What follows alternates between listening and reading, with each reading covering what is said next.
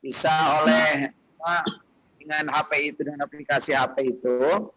Jadi nggak usah langsung cash. Nah itu didorong oleh MUI, Bang.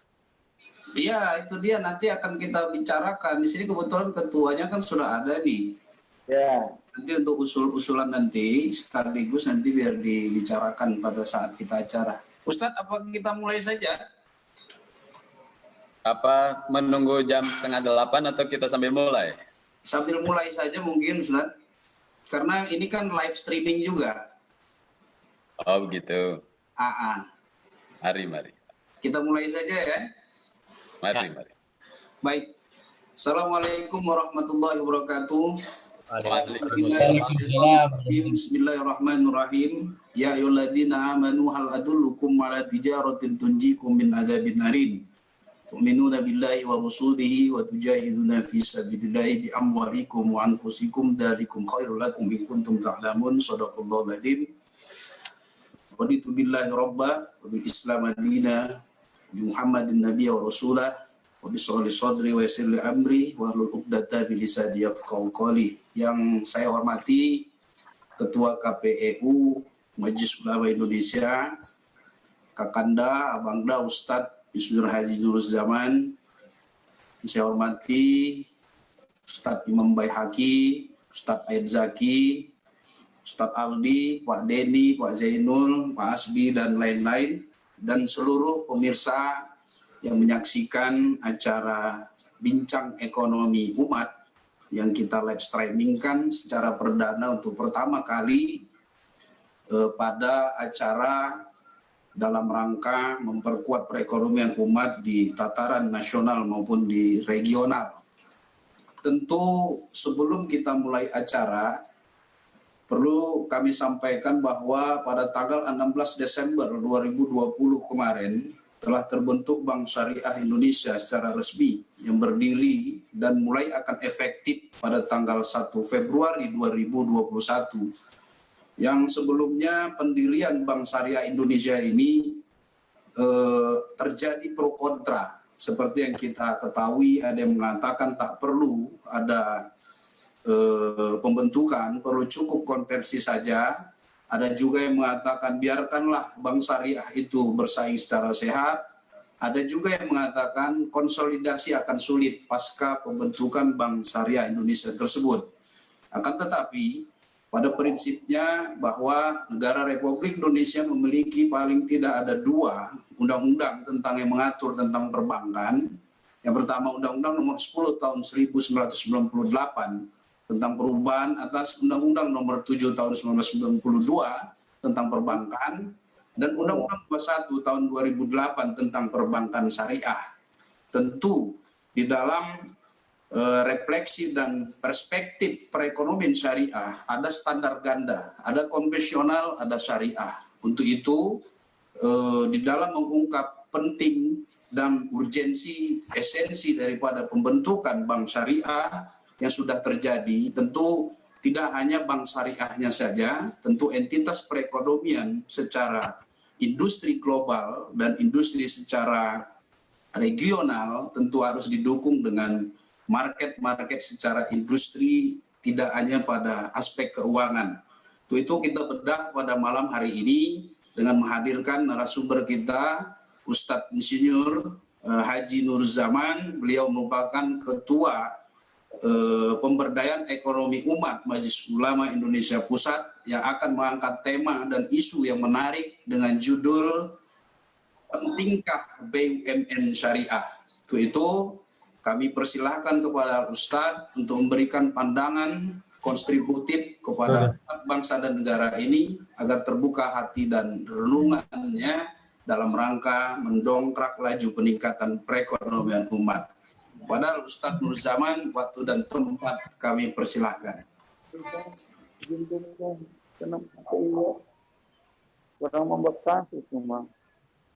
Silakan Ustadz.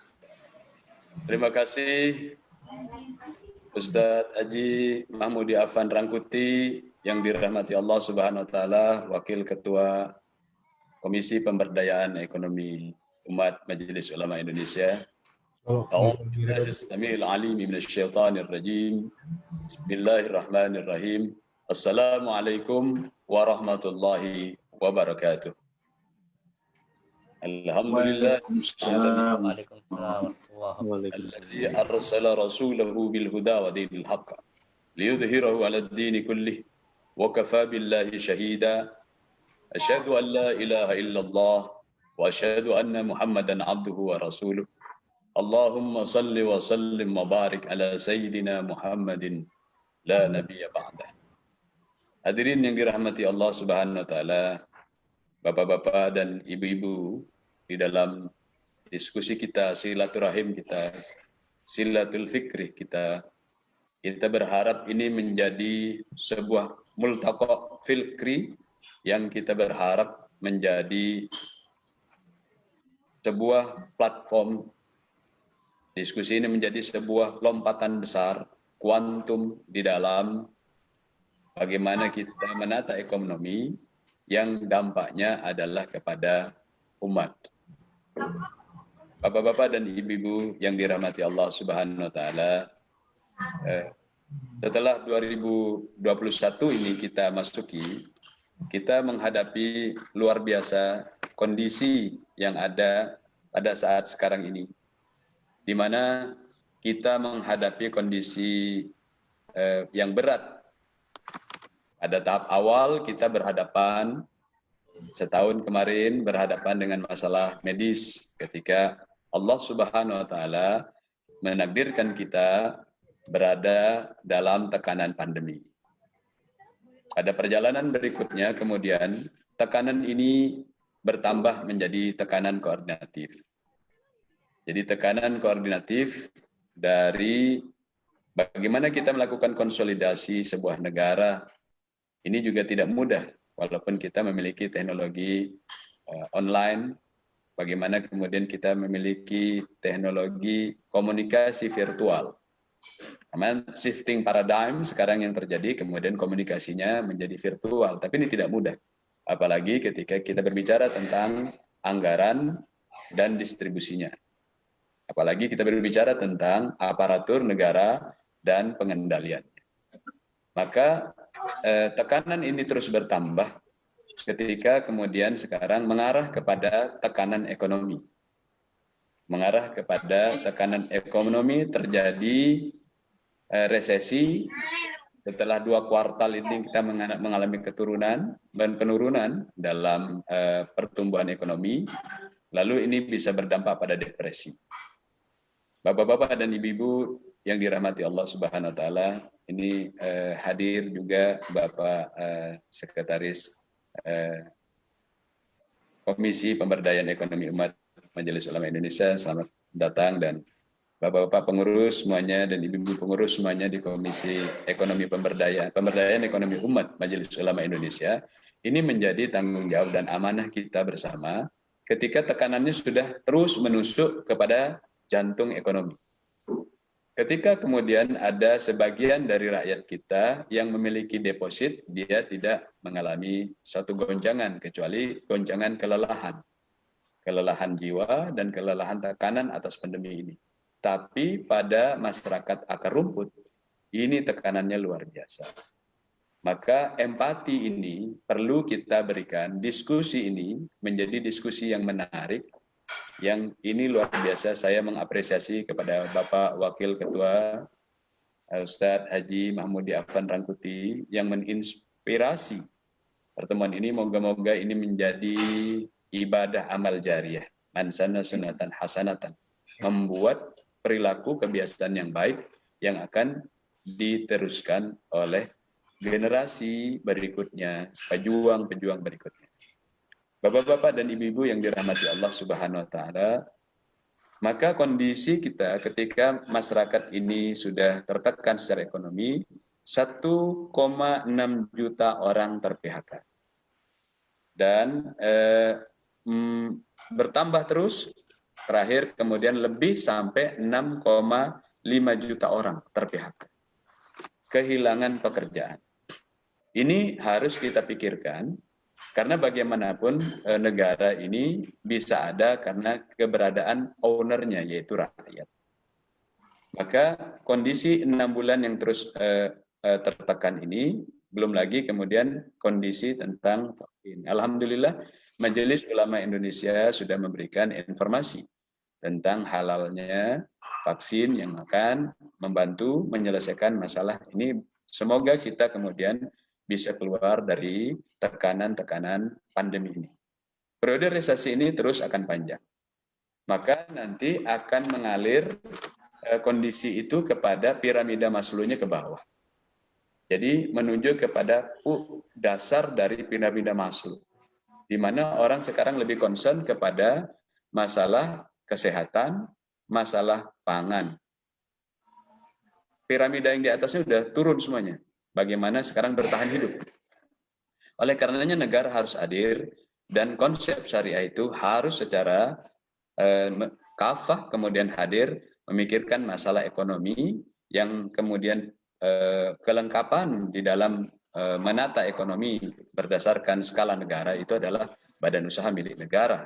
Itu yang harusnya kemudian bisa memberi jawaban atas kondisi yang terus menurun ini.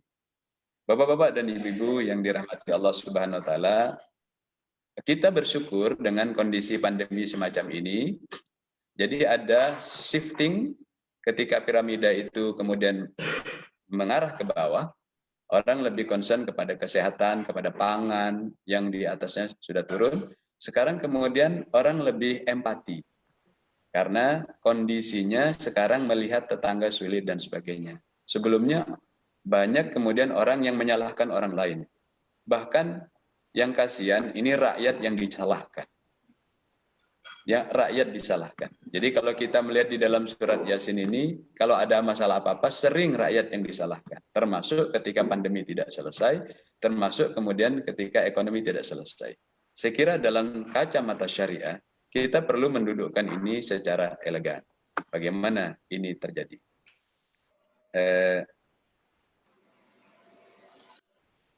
Maaf, Bapak-bapak. screen-nya di off-kan dulu. Mohon maaf yang menayangkan ini mohon ditutup dulu. Pak Haji Muhammad Afan Rangkuti. Mahmudin. Ya. Ya. Ada yang tayang, Ustaz. Ya. Jadi kita berharap kita mengembalikan ini kepada kacamata syariah penyelesaiannya, sehingga kita nanti melihatnya ini secara kafah. Nah, kita kemudian melihat ketika shifting paradigm itu tadi ke arah piramida dasar, kemudian orang kembali kepada perhatian kepada empathic society. Orang lebih memberikan empati sekarang. Oh, tetangga saya sulit, tetangga saya kesulitan. Maka ini juga menjadi peluang pada saat kita mendapatkan tekanan ini. Karena orang lebih peduli pada dana-dana sosial. Baik itu zakat, baik itu infak, baik itu wakaf. Maka ini kekuatan yang besar. Bisa jadi nanti ini menjadi sebuah alternatif sebagaimana Allah berfirman, yamhaqullahu riba wa yurbis sadaqah. Allah akan menghancurkan sistem riba, mindset riba, digantikan dengan ta'awun sedekah, saling tolong menolong. Apakah kemudian elemennya adalah zakat, infak atau wakaf. Dan ini yang nanti kemudian menjadi kekuatan dasar yang mengalahkan ketika pada saat kondisi pandemi ini negara-negara dimanapun sudah mengalami tekanan sampai kemudian mengalami kelemahan di bidang politik, di bidang ekonomi, tertekan semua negara. Maka semua orang bertanya, bisakah kemudian Islam menjadi alternatif? Menjawab, orang sudah melirik Islam. Ketika sistem riba ini, sistem riba, mindset riba, ketidakpedulian, keserakahan, ingin terus menambah modal tanpa mempedulikan orang lain, itu sekarang kemudian terjadi tekanan, orang sudah melirik Islam. Saya kira ini saatnya kita kemudian mengumandangkan dengan elegan bagaimana sebenarnya penyelesaian secara syar'i. Syariah itu dikemukakan secara elegan. Sehingga kita bisa disebut sebagai hamba Allah yang elegan. Karena hamba Allah yang elegan itu adalah wa ibadur rahmanil ladzina yamshuna 'alal ardi haunan wa idza khatabahumul jahiluna qalu salama. Dia berjalan rendah hati, menyenangkan orang di sekitarnya, mencari titik temu, gampang menemukan koneksitas dan sinergi, tapi ketika dia bertemu dengan kebodohan ideologi, kebodohan politik, kebodohan sosial budaya, kebodohan ekonomi, dia menjawab hautunya A sampai Z secara syar'i. Saya kira inilah kemudian tantangan yang ada pada diri kita dan peluang besar. Karena memang peluang itu dan tantangan itu terus bersamaan seperti kuda terbang yang bersayap. Dan sayapnya pun dan kakinya pun bersayap. Tak kita ambil peluang itu, diambil orang lain. Maka peluang ini kita harus jawab apa yang terjadi sekarang dengan konsep syariah. Bagaimana harus kita menjawab seperti itu dalam kondisi seperti sekarang? Maka wakaf menjadi alternatif yang sangat kuat. Beberapa waktu yang lalu mengemuka tentang gagasan cash wakaf link sukuk. Bagaimana kemudian CWLS ini, cash wakaf link sukuk. Tapi kemudian bagaimana ini dioptimalkan, itu masih perlu pembahasan-pembahasan yang lebih detail. Dan saya kira ini yang bisa menyelesaikan ketika kita berhadapan dengan keruntuhan konsep ribawi. Bapak-bapak dan ibu-ibu yang dirahmati Allah Subhanahu wa taala, maka ketika kita berbicara tentang bagaimana mensejahterakan rakyat, mengembalikan itu secara syariah. Dalam skala negara, kita memiliki kelembagaan ekonomi yang besar, yang itu bisa menjadi incomer, yang kemudian menyebabkan rakyat menjadi sejahtera. Dalam skala negara kita menyebutnya itu badan usaha milik negara. Yang dinamakan kemudian badan usaha milik negara, kita jangan pernah melupakan bahwa ownership-nya adalah rakyat. Ownership dari badan usaha milik negara itu rakyat. Seharusnya kembali ke rakyat dan mensejahterakan rakyat. Maka pemahaman tentang BUMN ini saya kira perlu didudukkan semacam ini. Dulu sempat ada di zamannya Bapak Soeharto almarhum, ketika kemudian beliau mencoba menawarkan gagasan tentang trickle down effect, menetes ke rakyat. Tapi kan nggak terasa tetesannya itu. Hanya berada secara Pareto di kelompok yang minoritas. Maka bapak-bapak dan ibu-ibu yang dirahmati Allah Subhanahu wa taala, kita harus menjawab sebenarnya seperti apa badan usaha milik negara itu. Dari sekian banyak badan usaha milik negara ini, kita melihat hanya beberapa jumlahnya tidak banyak yang kemudian mereka badan usaha milik negara ini yang kemudian menjadi incomer. Karena yang lain banyak yang dilaporkan merugi. Sementara operational cost itu besar pada kalangan direksi dan operational cost BUMN itu sendiri. Maka berbicara tentang BUMN syariah, yang BUMN itu diharapkan kemudian menetes, mensejahterakan ownernya, yaitu rakyat, saya kira ini didudukkan dengan benar bagaimana itu seharusnya. Bapak-bapak dan ibu-ibu yang dirahmati Allah Subhanahu wa taala, maka dalam kondisi semacam ini, saya kira Komisi Pemberdayaan Ekonomi Majelis Ulama Indonesia perlu duduk dengan Menteri BUMN untuk mendudukkan ini. Berbicara kita tentang konsep syariah yang sebenarnya. Karena sementara ini syariah kemudian diartikan sempit sehingga umat Islam tidak bisa berbicara secara kafah dari berbagai sudut pandang, baik sudut pandang ideologi, politik, ekonomi, sosial, budaya, hukum, pertahanan, keamanan. Karena setiap sektor itu pasti nanti berada ujungnya pada motif ekonomi. Maka pembicaraan ekonomi tidak bisa lepas dari environment tersebut. Tidak bisa lepas dari environment tersebut. Maka kita perlu duduk bersama nanti dengan Kementerian BUMN untuk membahas itu. Karena BUMN itu punya rakyat.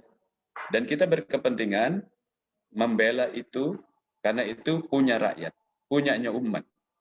Yang mayoritas rakyat di Indonesia itu adalah mayoritas umat Islam. Saya kira itu sesuatu tindakan yang bijaksana dan sepadan ketika kita memperjuangkan umat Islam yang mayoritas rakyat ini di Indonesia. Kalau yang mayoritas mendapatkan tetesan, pasti yang minoritas pun mendapatkannya. Jadi saya kira kalau kita membahas tentang pertempuran besar, maka pertempuran kecil itu akan selesai dengan sendirinya. Tapi kalau kita kemudian sibuk dengan pertempuran kecil, kita tak pernah menyelesaikan pertempuran besar. Maka Bapak-bapak yang dirahmati Allah Subhanahu wa taala, sebagaimana perintah Allah Subhanahu wa taala di dalam Al-Qur'anul Karim, di dalam surat Al-Qasas ayat yang kelima.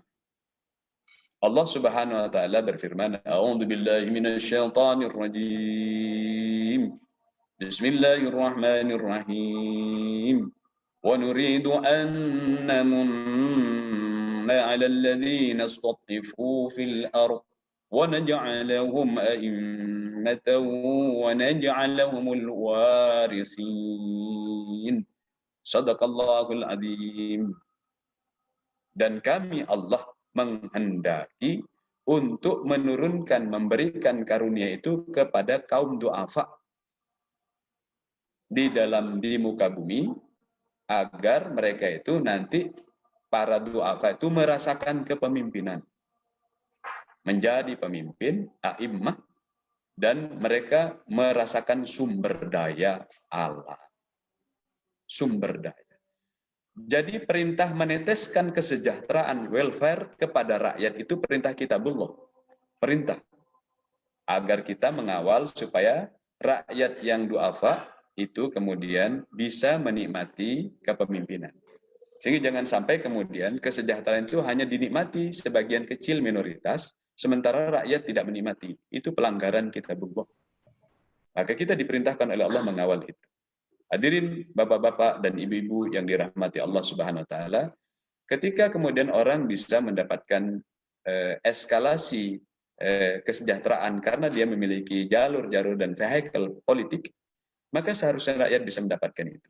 Maka kemudian Rasulullah SAW membuat Ali bin Abi Thalib radhiyallahu an, kemudian membuat Bilal bin Rabah radhiyallahu an, membuat para sahabat-sahabat yang lain itu kemudian menjadi hebat. Bahkan seorang budak yang digembleng dengan koridor Islam di dalam menata kekuasaan dan perekonomian, Bilal bin Rabah radhiyallahu an, ujung-ujungnya jadi gubernur.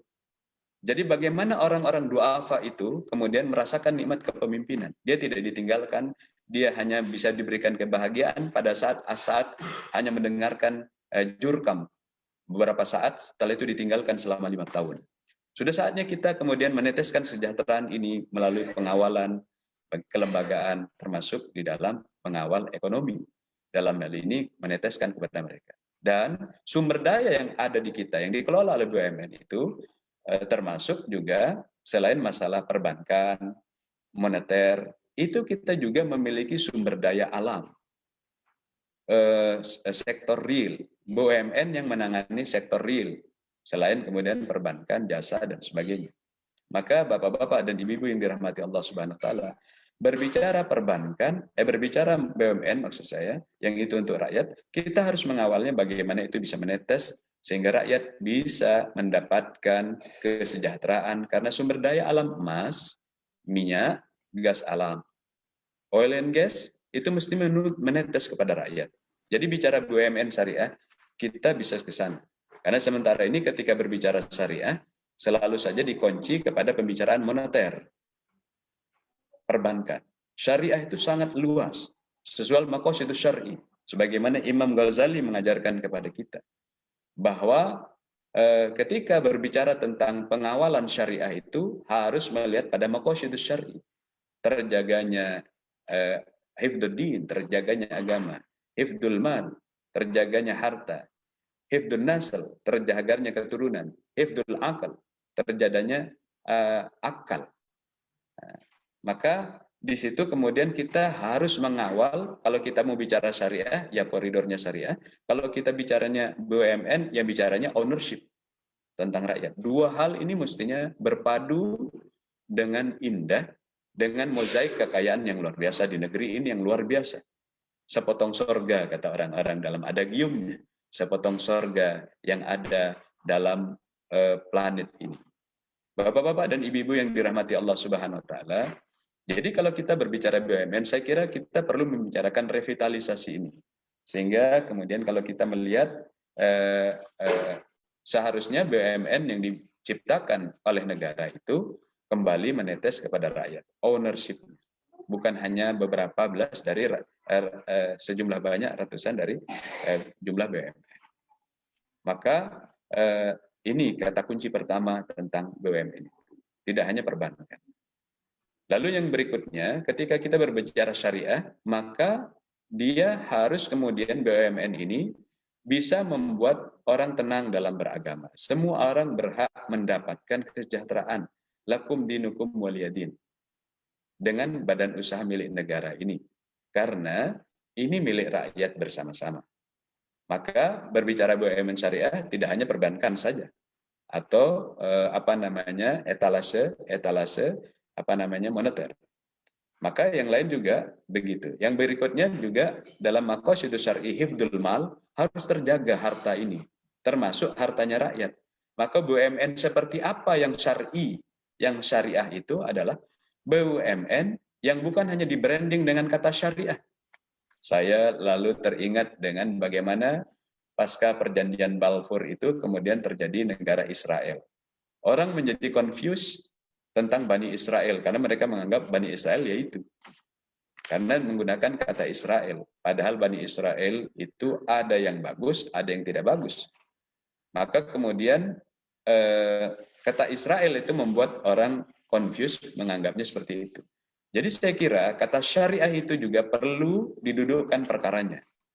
Sehingga kalau kita berbicara syar'i bukan hanya brandingnya saja, tapi memenuhi maqasidus syar'i, yaitu hifdzuddin, hifdzul mal, hifdzun nasal, terjaga keturunan yang baik karena perekonomian yang baik, karena semakin sehat, karena kesejahteraan yang bagus. Lalu hifdzul akal, terjaga kemudian pemahaman rakyat atas hak-haknya. Rakyat kemudian mengerti tentang bagaimana sebenarnya kekayaan yang ada di ruang lingkup negara ini. Itu saya kira kemudian menjadi pembicaraan kita. Jadi berbicara syariah tidak melulu pada kata syariah secara artifisial, tapi lebih kepada maqasidus syar'i. Maka bapak-bapak dan ibu-ibu yang dirahmati Allah Subhanahu wa taala, ketika kita kemudian berbicara perlukah kemudian keberadaan BUMN syariah? Perlu. Karena ini adalah kepemilikan rakyat yang harus menetes syarat, dan kita mengawalnya rakyat dan akan ditanya di padang mahsyar oleh Allah Subhanahu wa taala. Akan ditanya oleh Allah di padang mahsyar atas amanah ini. Karena ini ownership-nya rakyat. Akan ditanya. Maka bapak-bapak dan ibu-ibu yang dirahmati Allah Subhanahu wa taala, maka kita perlu duduk bersama, tidak saling menyalahkan, mencari titik temu. Ya ahlal kitab ta'al ila kalimatin sawa. Ayo duduk kita mencari titik temu. Mencari nuktatul iltimas antara berbagai komponen bangsa ini, sampai kemudian ujungnya adalah mensejahterakan ownernya, yaitu rakyat. Sebagaimana perintah kitabullah adalah kemudian memberikan kesejahteraan kepada du'afa. Perintah Allah. Dan kita tahu, notabene mayoritas rakyat kita ini du'afa. Petani, peternak, nelayan. Mereka seringkali tidak bisa merasakan margin di hilir. Mereka terputus, dibeli putus. Apakah itu pertanian, apakah mereka itu peternakan, apakah mereka perikanan, mereka tidak bisa menyentuh margin di sektor hilir. Mestinya syariah itu membuat rakyat ini merasakan dari hulu sampai ke hilir. Ketika dia jadi petani, bukan hanya kemudian dibeli petani harga dengan harga yang bagus, tapi dia merasakan industri hilir sebagai pemiliknya, ownership. Maka berbahagialah kita ketika baginda Rasulullah SAW menyampaikan, "Ubghuni ad-du'afa, fa innama tansuruna wa tarzukuna bi du'afaikum." Cari aku di sekitar para du'afa. Nanti kalian akan ditolong, diberi rezeki oleh Allah, karena du'afa bersekelindan di sekitar kalian. Maka bapak-bapak dan ibu-ibu yang dirahmati Allah Subhanahu wa taala, saya kira BUMN syariah itu adalah BUMN yang kemudian nanti dilaksanakan secara amanah, dan nanti ownership-nya benar-benar adalah kaum du'afa dan rakyat mendapatkannya. Dan itu bisa dilakukan hulu ke hilir. Bukan hanya dimiliki oleh sekelompok orang yang kemudian memiliki akses politik dan kekuasaan. Saya kira ini juga perlu didudukkan perkaranya. Nah, kita bersyukur bahwa pejuang-pejuang kita yang sebelumnya, pejuang-pejuang kita yang ada di Majelis Ulama Indonesia sudah menggesa ini, sehingga dalam peta jalan dan milestone-nya, karena kita tidak bisa langsung melompat, bertahap kita perbaiki. Ini kemudian ada upaya untuk menyatukan merger dari bank syariah. Tapi kembali lagi seperti apa yang saya sampaikan di awal, syariah ini seringkali menjadi kata yang artifisial. Hendaknya kita mengutuhkan kata syariah ini. Maka bagaimana tentang mazhab yang membahas tentang bagaimana syariah kalau dalam perbankan ini, ada yang bermazhab ya kita mazhab mainstream itu kan kemudian meniru apa yang dilakukan oleh Barat tentang bank, lalu kemudian kita benahi. Ada mainstream yang di tengah, mazhab yang di tengah, yang kemudian mengatakan bahwa itu nggak perlu bank, tapi perlu diganti dengan dinar. Ada mazhab ketiga yang kemudian gabungan dari itu. Saya kira ini juga kita perlu dudukkan perkaranya dalam Komisi Pemberdayaan Ekonomi Umat. Karena bagaimanapun kita membutuhkan institusi di mana berkumpulnya dana-dana ini secara moneter dan kemudian kita bisa manfaatkan bersama. Jadi ini saya kira menjadi diskusi kita tentang perbankan syariah. Nah, walaupun nanti kemudian kita harus duduk bersama-sama dengan berbagai stakeholder, ya itulah yang disebut dengan silaturahim. Wa'tasimu bihablillahi jami'an wa la tafarraqu. Tidak perlu mencari siapa yang bersalah, tapi kita membangun eskalasi milestone bertahap melalui perbaikan. Lalu ketika terjadi kemudian merger, ini sesuatu yang dahsyat. Jadi merger dari bank syariah, dari BRI Syariah, kemudian BNI Syariah, juga Bank Mandiri Syariah. Itu syariah mandiri. Itu saya kira suatu yang luar biasa, perlu kita cermati. Hanya saja bab yang berkenaan dengan berbagai mazhab itu juga perlu dibahas. Bagaimana duduk perkaranya, kemudian bagaimana memberikan kompromi-kompromi di dalam perjalanan dalam pembahasan mazhab perbankan syariah. Yang berikutnya, ketika ini menjadi merger, ini menjadi kekuatan yang besar. Tetapi kita berharap bahwa Bank Syariah Indonesia ini bukan artifisial. Jadi sampai sekarang kan kita melihat bahwa Bank Syariah Indonesia itu walaupun diberi nama Indonesia, itu kan belum BUMN. Karena syarat BUMN itu adalah 51% itu adalah harus ke atas, 51% ke atas, itu kepemilikan sahamnya adalah kepemilikan saham pemerintah. Jadi kalau kita melihat dari total aset 214,6 triliun dari Bank Syariah Indonesia ini, 114,4 triliun dari BSM, BNI Syariah 57,7 triliun rupiah, kemudian BRIS 49,5 triliun. Tetapi kemudian di pencatatan tentang saham, maka itu menggunakan BRIS karena memang BRIS sudah TBK. Tapi kalau kita melihat dalam komposisi sahamnya ini belum ada saham kepemilikan pemerintah 51% ke atas. Maka ini tidak bisa disebut BUMN.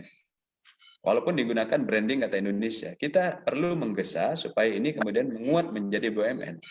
Apa dampaknya? Jadi kalau kita tadi membahas tentang kacamata syariah dalam konteks maqasidus syar'i, maka sekarang kita melihat tentang bagaimana Bank Syariah Indonesia ini kemudian menjadi BUMN yang sebenarnya. Apa manfaat yang hebat ketika kita memiliki BUMN syariah? Yang terjadi adalah kita mendapatkan market share yang memadai ketika kita mengerjakan pekerjaan-pekerjaan seperti pekerjaan-pekerjaan infrastruktur. Selama kemudian bank-bank syariah ini hanya menjadi anak perusahaan atau tidak menjadi BUMN karena tidak ada kepemilikan mayoritas dari kepemilikan saham pemerintah, maka ketika pengerjaan-pengerjaan konstruksi, pengerjaan-pengerjaan infrastruktur, maka dia tidak akan mendapatkan market share yang besar. Dia akan terhalang oleh bank konvensional. Maka saya kira kita perlu mendorong ini supaya bargaining positionnya besar di dalam kemudian mendapatkan market share. Juga termasuk seperti pekerjaan yang lain, misalnya asuransi. Seperti kita lihat Jasindo. Nah, yang syariahnya itu kan masih anak perusahaan, artinya dia swasta, bukan BUMN. Sehingga nanti market share dari misalnya asuransinya pun kecil. Kalau ini menjadi BUMN, itu menjadi besar.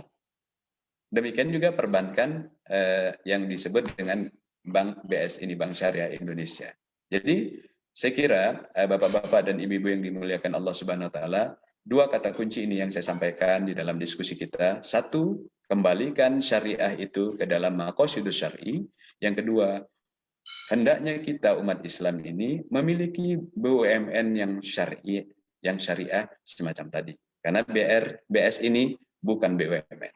Karena syaratnya tidak dimiliki kepemilikan sahamnya mayoritas oleh pemerintah. Dan ini pasti market share-nya ya tidak jauh-jauh, tapi dengan tidak jauh-jauh yang dulu, tapi dengan 214 triliun, moga-moga ini menjadi lebih kuat karena bergabung. Karena ketika satu lidi patah bergabung menjadi kuat, wa'tasimu bihablillahi jami'an wa la tafarraqu, ini menjadi kuat. Ini kita bersyukur bahwa sudah ada upaya untuk memasuk pada milestone yang lebih kuat. Nah, saya kira dalam diskusi ini bagaimana kita melakukan eskalasi dan akselerasi. Barangkali ini yang bisa saya sampaikan dalam diskusi pengantar awal ini. Terima kasih kepada sekali lagi kepada Ustadz Haji Mahmudi Afan dan Putih yang memfasilitasi diskusi ini, dan kita berharap terjadi gerakan-gerakan niscaya di dalam bangsa ini. Terima kasih. Baik, terima kasih Ustadz Nuruzzaman. Sebelum saya buka dialog untuk 3 orang, mungkin bisa saya simpulkan apa yang disampaikan oleh beliau.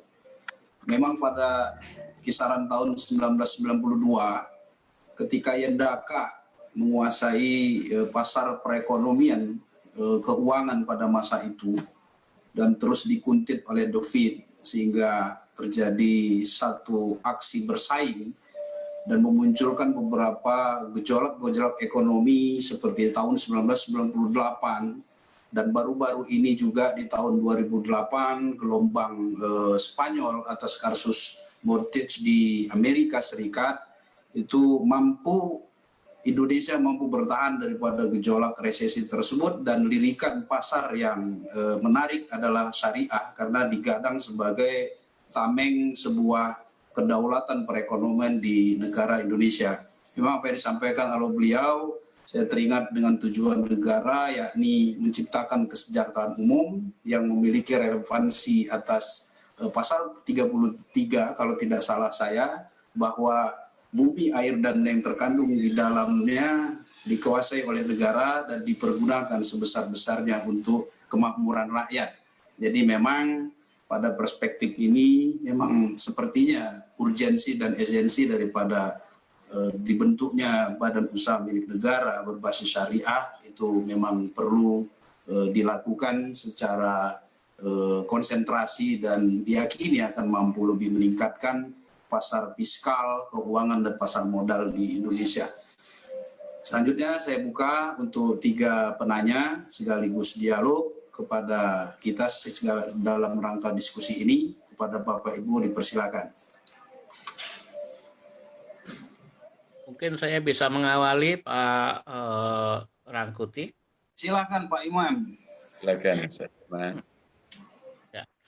Bismillahirrahmanirrahim. Assalamualaikum warahmatullahi wabarakatuh. Waalaikumsalam warahmatullahi wabarakatuh. Yang terhormat Pak Kiai, Ketua Komisi Pengembangan Ekonomi Umat, dan rekan-rekan sekalian, para asatidz. Judulnya sebetulnya bisa lebih lebih tegas gitu kan, nasionalisasi BSI gitu. Jadi meskipun ya tadi seperti dikatakan bahwa sudah menjadi Bank Syariah Indonesia, tetapi belum dimiliki 51% oleh negara sehingga bukan menjadi BUMN, BUMNS lah gitu ya. Nah, karenanya jika kita fokus pada upaya untuk menjadikan BSI ini sebagai salah satu badan usaha milik negara yang syariah, harus menjadikan 51% sahamnya, total sahamnya dimiliki oleh negara. Saya kira salah satu atau mungkin satu-satunya ya institusi ekonomi yang memungkinkan untuk bisa memiliki memiliki BSI ini itu adalah wakaf. Jadi wakaf ini dimiliki oleh negara, bukan wakaf yang dimiliki oleh orang per orang. Artinya wakaf yang diinisialisasi atau yang memang awalnya sumbernya itu adalah dari masyarakat, tapi wakaf yang dimiliki oleh negara. Jadi kalau wakaf dimiliki oleh negara ini bisa istilahnya bisa berkesinambungan dan negara ini memiliki kewajiban untuk menjadikan bank ini kontinu dengan modal yang tidak boleh berkurang, tetapi manfaatnya diterima oleh masyarakat banyak, terutama masyarakat Muslim. Jadi kalau misalnya yang 49% itu dimiliki oleh pihak-pihak lain, silahkan. Tapi 51% itu dimiliki oleh negara dalam bentuk wakaf. Itu saya kira merupakan satu unsur unsur keuangan yang sangat penting sekali bila negara itu memiliki wakaf. Karena dengan memiliki wakaf ini nggak ada yang bisa ngotak-atik. Dengan hukum wakaf ini kan nggak bisa diotak-atik, mau dikurangi, mau diapa, dia bisa. Pokoknya uang yang sudah ada di situ memang diwakafkan, dan wakafnya adalah negara, di mana ya pemerintah saat itulah yang memberikan wakaf sebagai perwakilan dari pemilik negara ini. Dalam kajian perwakafan, tentu kita bisa mengetahui adanya wakaf temporer. Nah, apakah wakaf temporer yang akan dilakukan oleh pemerintah nantinya, ataukah wakaf kontinu? Memang ditujukan sebagai sebuah upaya wakaf yang berkelanjutan, bukan hanya wakaf sementara. Itu boleh-boleh saja. Artinya kalau misalnya wakaf temporer itu melalui BUMN, katakanlah 1 tahun ini, 1 tahun sebagainya, tapi memang pembahasannya lumayan ribet, termasuk pembahasannya karena dengan APBN itu dengan DPR, dan itu tentu banyak sekali penolakan-penolakan sebagaimana dulu ketika kita berbicara mengenai perbankan syariah. Silakan kita berkelanjutan untuk membicarakan mengenai program ini, tapi pada intinya kita memang berharap paling tidak ada satu BUMN syariah itu. Meskipun itu sebetulnya karena BUMN kan sudah dikelompokkan menjadi beberapa BUMN induk begitu ya. Nah, kalau bank itu mengikut BUMN termasuk BUMN yang berkaitan dengan finance, dan ada bank-bank yang lain. Tapi ketika ada salah satu sub BUMN syariah, itu saya kira sudah menjadi pionir. Nanti akan berikutnya ada BUMN syariah yang lain-lain. Insya Allah kita juga siap untuk mendukung. Demikian saya kira diskusi kita. Terima kasih. Assalamualaikum warahmatullahi wabarakatuh. Waalaikumsalam. Mungkin satu-satu ya Pak Ustadz Nur Zaman ya. Jadi Pak Imam Baihaqi memberikan pandangannya bahwa judulnya mungkin agak lebih kita pertegas, konsen kepada nasionalisasi Bank Syariah Indonesia, dan beliau juga usul di dalam pembentukan BUMN Syariah ini dengan menggunakan wakaf sebagai al-khadamatnya. Jadi underlying aset lah boleh dikatakan seperti itu, yang persentasinya bisa mencapai 51% dan memungkinkan BUMN syariah ini terbentuk di Indonesia dengan hal-hal yang dimiliki oleh perwakafan di Indonesia. Silakan Pak Ustadz Nur Zaman. Ya, terima kasih Pak Wakaf, Pak Haji Mahmud Afan Nangkuti. Terima kasih sharing yang luar biasa dari Ustadz Imam Baihaqi yang dirahmati Allah Subhanahu wa taala. Wakaf memang menjadi sebuah harapan besar. Maka kalau ini kemudian bisa diutilisasi dengan benar, ini menjadi sangat luar biasa kekuatannya. Nah, sebenarnya Majelis Ulama Indonesia dalam hal ini sudah mencoba membuat sejumlah akad-akad, di mana akad-akad itu kemudian menggunakan skim wakaf, termasuk sukuk link wakaf.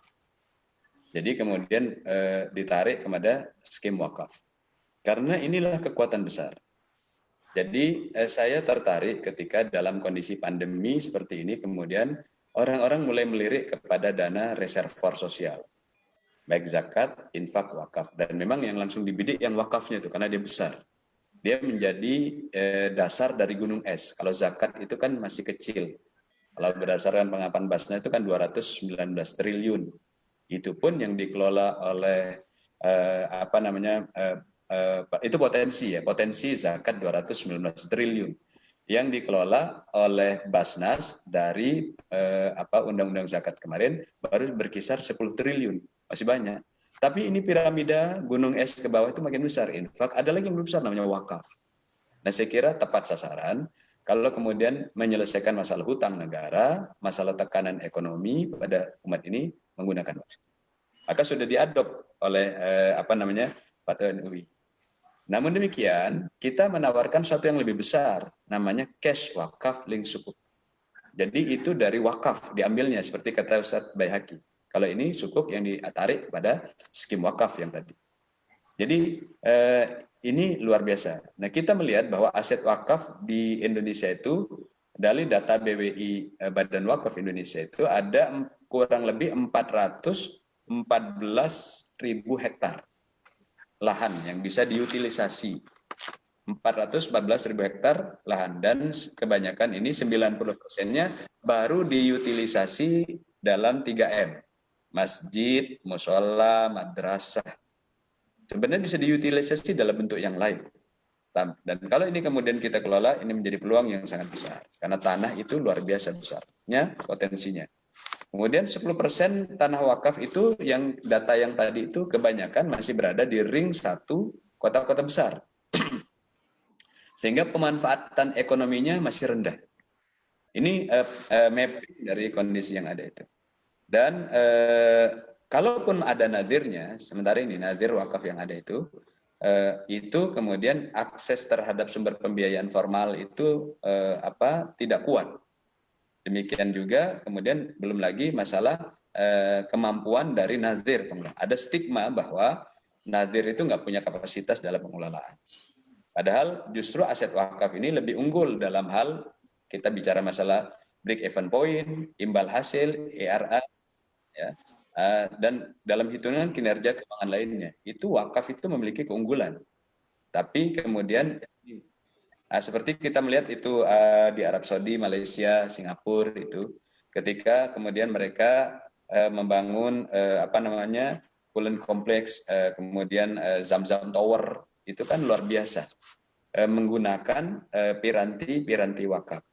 Tapi kita melihat sekarang yang jangan dilupakan ada stigma juga dari masyarakat bahwa ketika pemerintah sudah melirik kepada komponen-komponen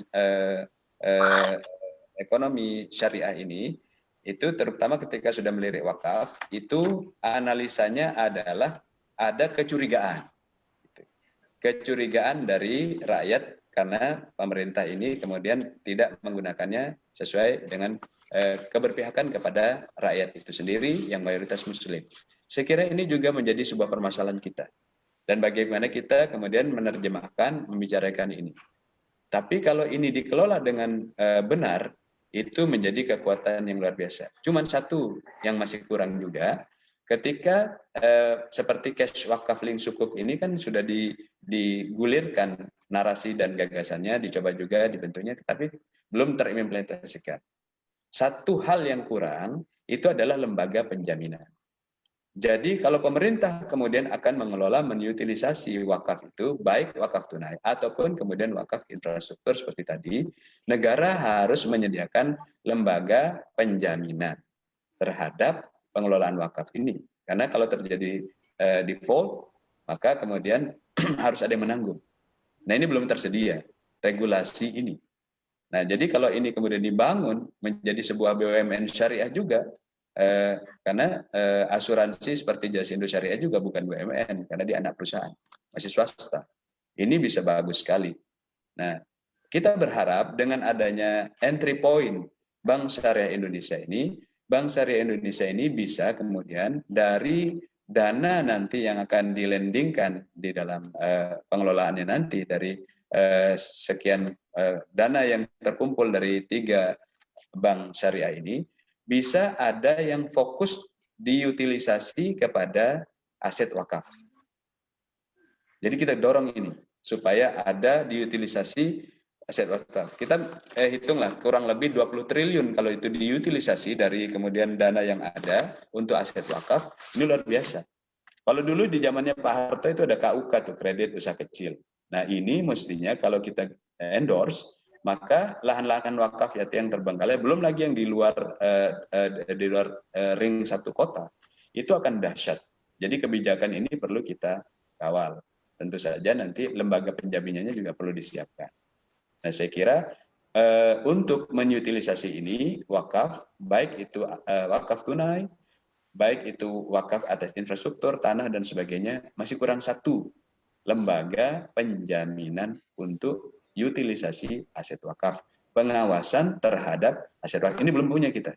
Nah saya kira Komisi Ekonomi Pemberdayaan Ekonomi Umat supaya kemudian ini bisa mengusulkan itu, keberadaan lembaga ini sebagai sebuah, bisa jadi menjadi BUMN juga yang ujungnya adalah mensejahterakan ownership, yaitu duafa rakyat Indonesia. Saya kira begitu. Baik, terima kasih Ustadz. Silahkan yang lain untuk memberikan pandangan konstruktifnya atas diskusi kita malam hari ini.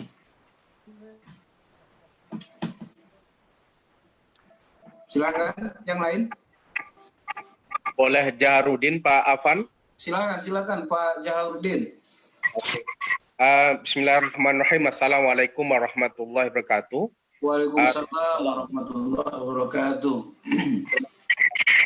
Ustadz Nuruzzaman yang telah menyampaikan ide yang sangat brilian ini. Terima kasih juga Bapak Wakil Ketua Pak Afan Rangkuti yang memfasilitasi diskusi malam ini.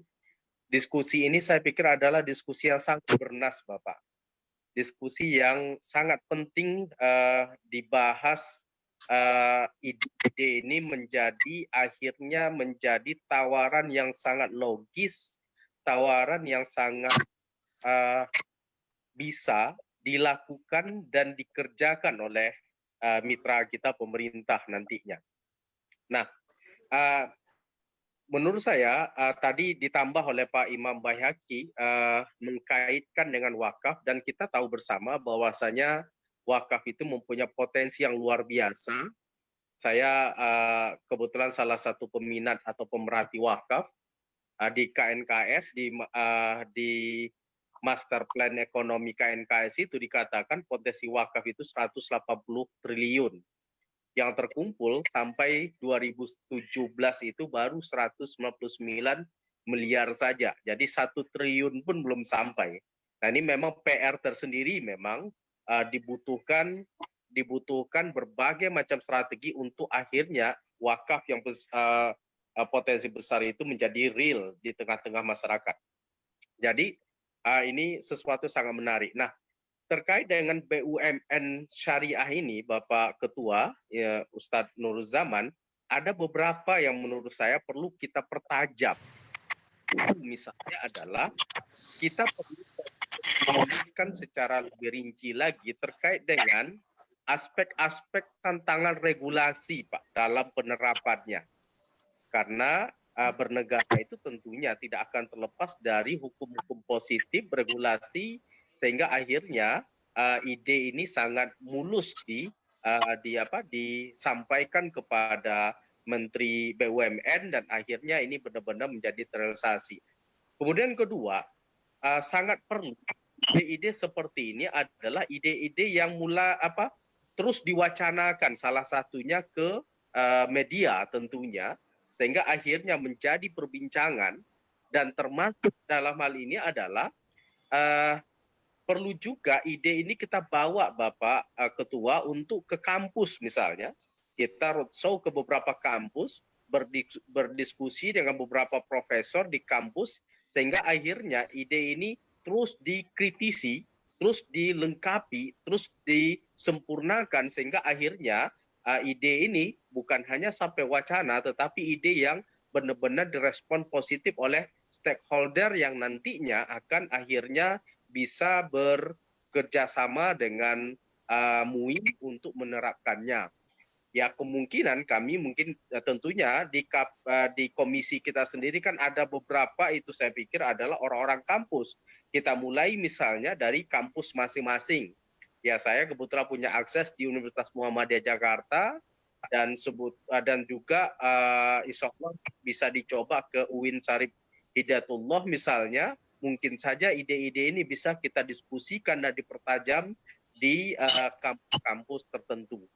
Saya pikir itu komentar saya, Ustadz Nuruzzaman, dan insya Allah ide ini sangat cemerlang, dan sehingga bukan hanya sampai di wacana, tetapi benar-benar kita gesahkan kepada pihak-pihak yang terkait. Terima kasih. Assalamualaikum warahmatullahi wabarakatuh. Waalaikumsalam warahmatullahi wabarakatuh. Terima kasih Ustadz Jaharudin. Jadi beliau ini, Ustadz Nuruzzaman, memberikan masukan konstruktif agar dialog seperti ini masuk kampus dengan target pembahasan BUMN syariah ini biar menjadi satu realisasi, bukan wacana. Karena portofolio yang ideal pada aspek wakaf ini masih bersifat paradigma masyarakat atas aspek, mungkin ya kalau saya tambahi, atas aspek masjid dan kuburan. Jadi mungkin harus merubah wacana masyarakat bahwa wakaf itu bisa diubah menjadi portofolionya ke arah mungkin ijaroh dengan akad sukuk, ijaroh sukuk al-intifa atau suku ijaroh al-intifa, sebagaimana pembangunan Tower Zam-Zam di Makkah yang Bapak Ustadz Nuruzzaman sampaikan. Mungkin itu, silakan Pak Ustadz Nuruzzaman untuk memberikan pandangan. Terima kasih Bapak Jaharudin yang dirahmati Allah Subhanahu wa taala. Informasi Anda sangat menginspirasi Pak tentang informasi di jejaring KNIKS. Jadi kita berharap nanti dari master plan KNIKS itu kemudian kita duduk bersama dengan Komisi Pemberdayaan Ekonomi Umat.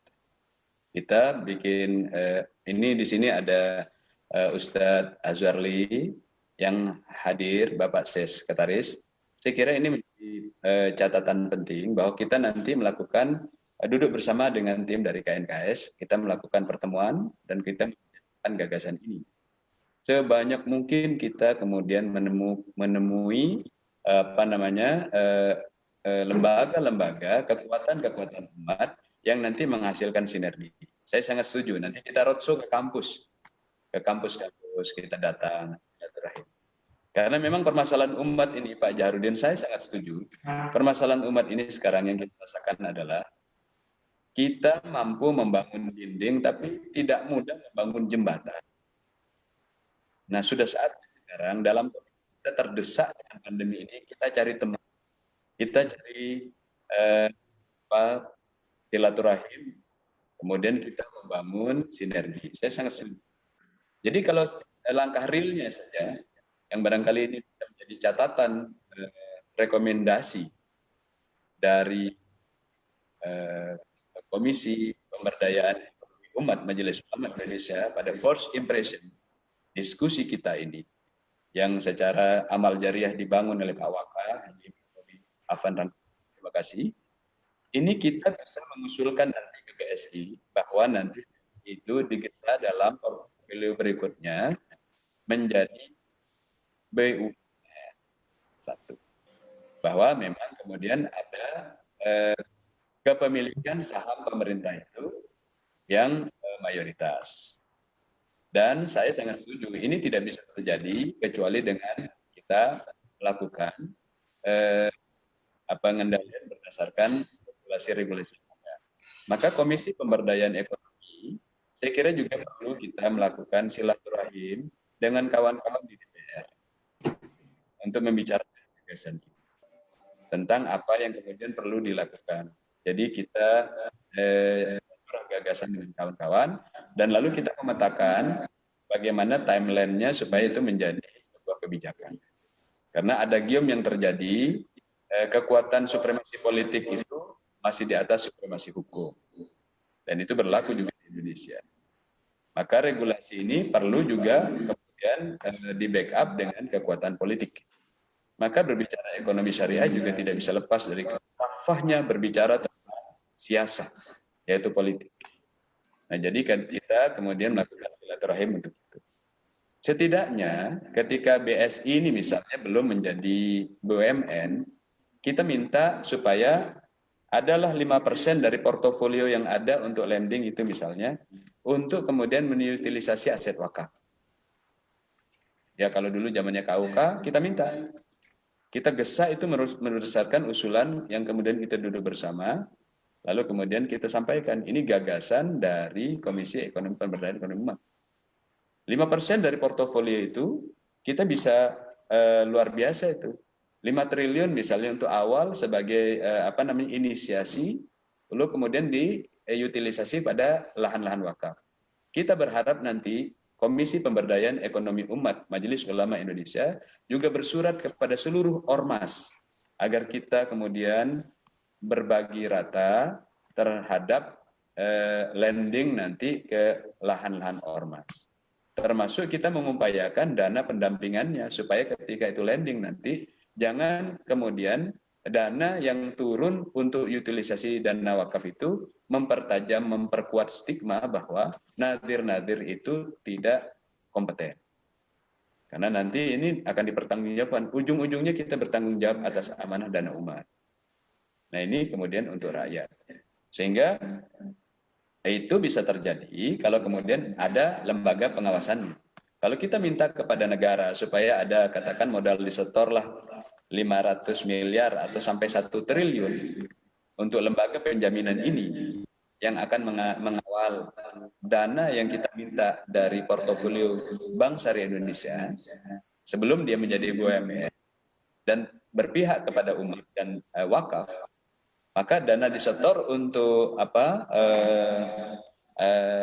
lembaga penjaminan ini, saya kira kita bisa kemudian mengenerate kekuatan wakaf ini sampai kurang lebih ya 5-10 triliun.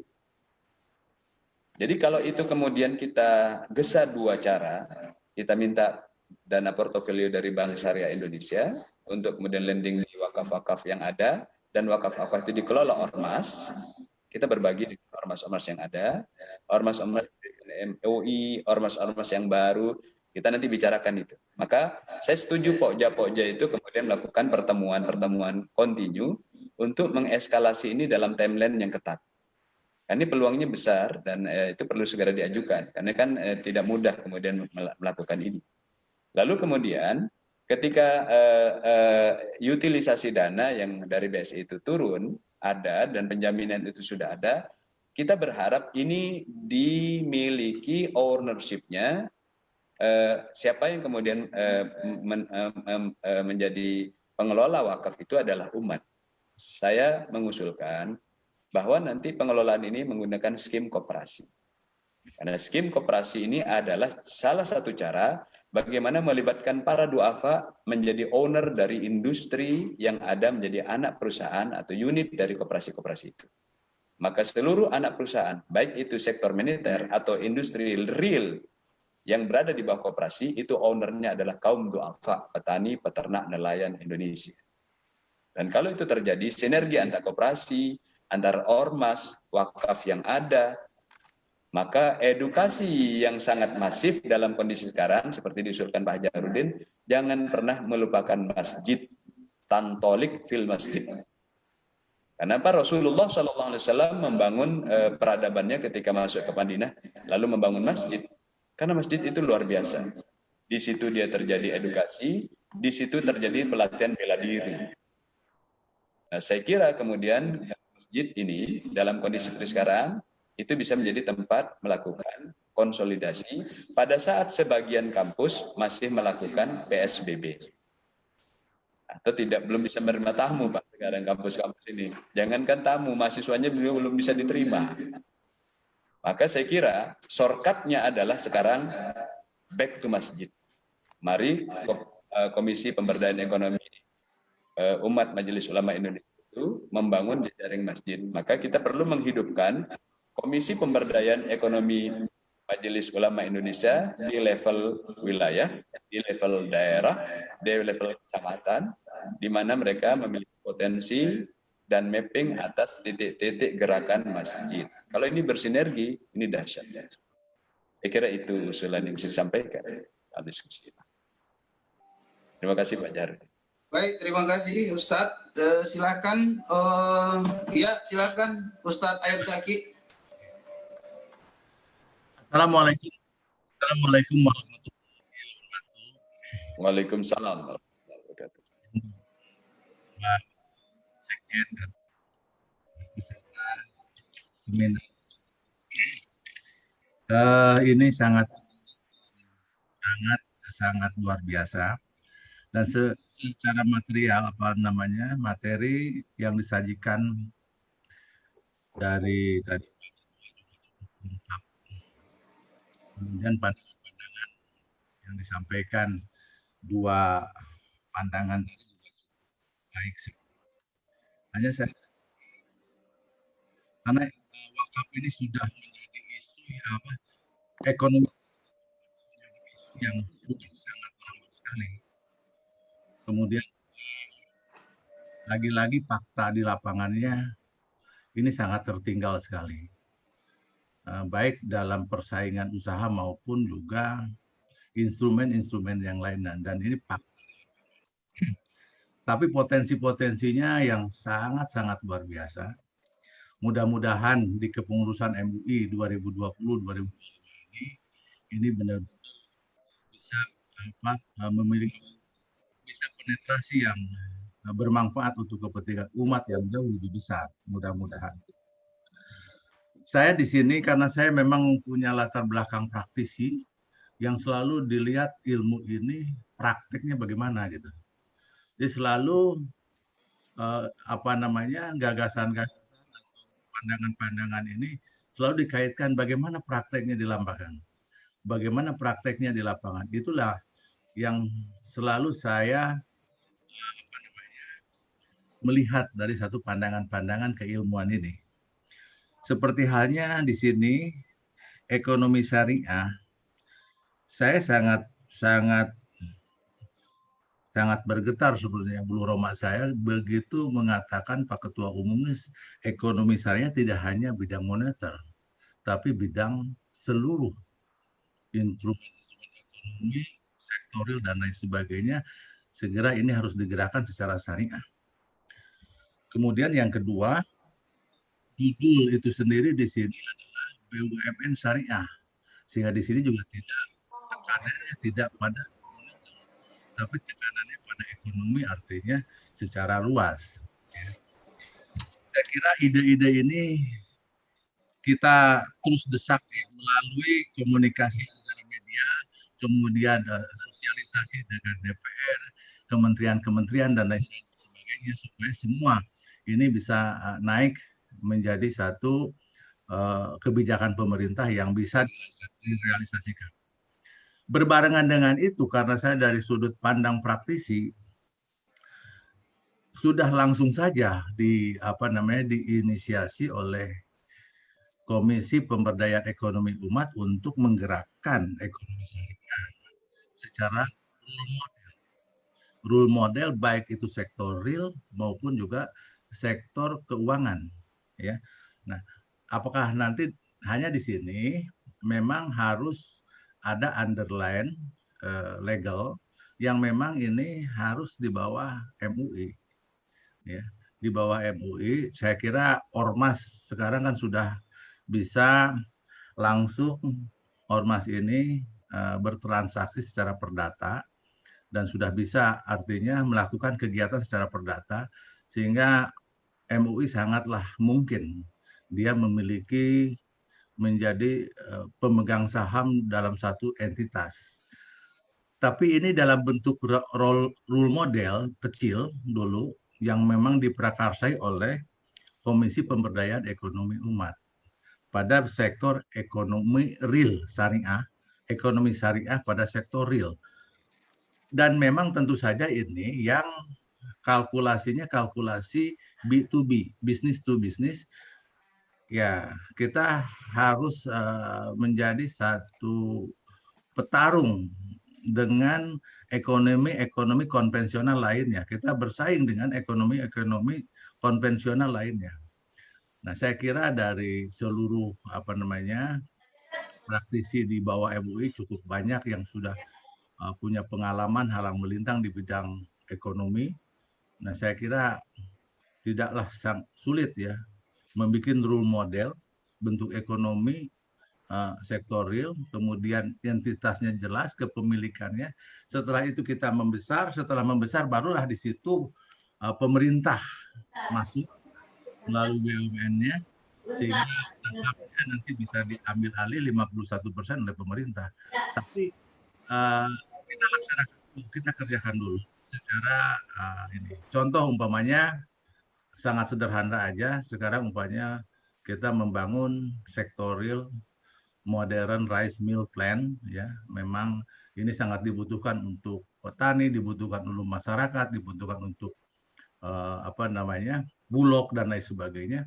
Nah, kalau ini prakarsai satu unit aja, satu unit kita bikin secara profesional, kepemilikan sahamnya adalah entitas yang dimiliki oleh MUI, di bawah inisiatornya KPEU, ya, sehingga bisa jalan. Kemudian yang kalau keuangan saya kira lebih mudah contohnya dan banyak ya, seperti BPR Syariah dan lain sebagainya. Tapi entitasnya entitas yang memang benar-benar bisa bersaing. Itu yang pertama yang saya sangat berharap sekali ekonomi syariah diinisiasi oleh KPUE, Komisi Pemberdayaan Ekonomi Umat.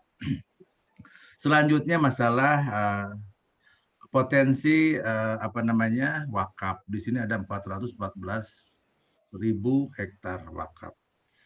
Memang potensinya wakaf sekitar 200 sekian triliun tadi, kemudian Bajnas dan lain sebagainya, ini cukup.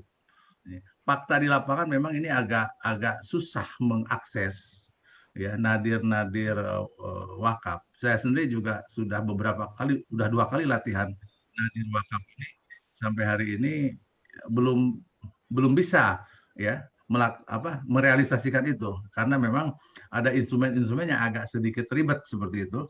Dan ini memang harus ada terobosan-terobosan supaya memang nadir-nadir wakaf ini bisa terus bergulir.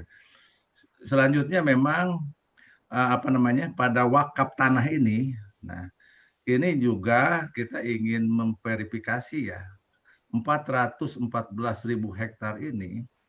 Nah, ini memang potensi cukup besar, sehingga saya sendiri juga menyarankan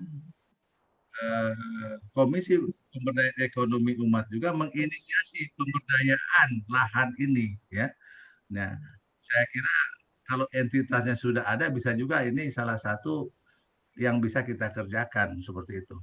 Nah, saya kira itu aja, sehingga saya dalam hal ini anggota Komisi Pemberdayaan Ekonomi Umat sangat mendukung dan mensupport kebijakan seluruh yang akan dikerjakan oleh Komisi Pemberdayaan Ekonomi Umat. Jadi saya mendukung sepenuhnya, mudah-mudahan selama 55 tahun ke depan ini bisa kerja fokus dan bisa menghasilkan karya-karya untuk kepentingan umat. Demikian, terima kasih.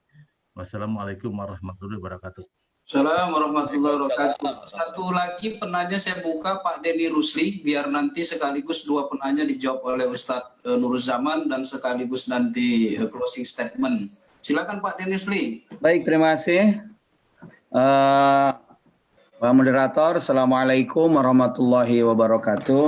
Waalaikumsalam. Yang saya hormati narasumber Al-Ustadz Al-Hajj Nuruzzaman, yang saya hormati, dan para peserta Zoom. Ada kata yang mengganggu atau menggelitik Pak Ustadz ke saya tadi ketika ada uraian atau paparan penjelasan terkait dengan kata menetes ini Pak Ustadz.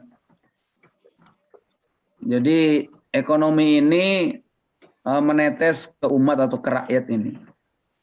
Kalau menetes kan kecil ya, gitu kan, netes gitu kan. Jadi yang besarnya kemana? Gitu. Maksud saya, kalau dikaitkan dengan amanah Undang-Undang Dasar 45 umpamanya pasal 27 huruf C bahwa kekayaan ini yang ada di negeri ini itu dikuasai negara untuk kepentingan rakyat yang seluas-luasnya tentu. Nah, di sini barangkali bagaimana pola pandang dan pola pikir kita itu bagaimana lewat BUMN yang syariah ini bisa mewujudkan itu. Ya, dan ini amanah. Kalau tadi pendekatan rujukan Al-Qur'an bahwa ini adalah amanah Al-Qur'an. Ya.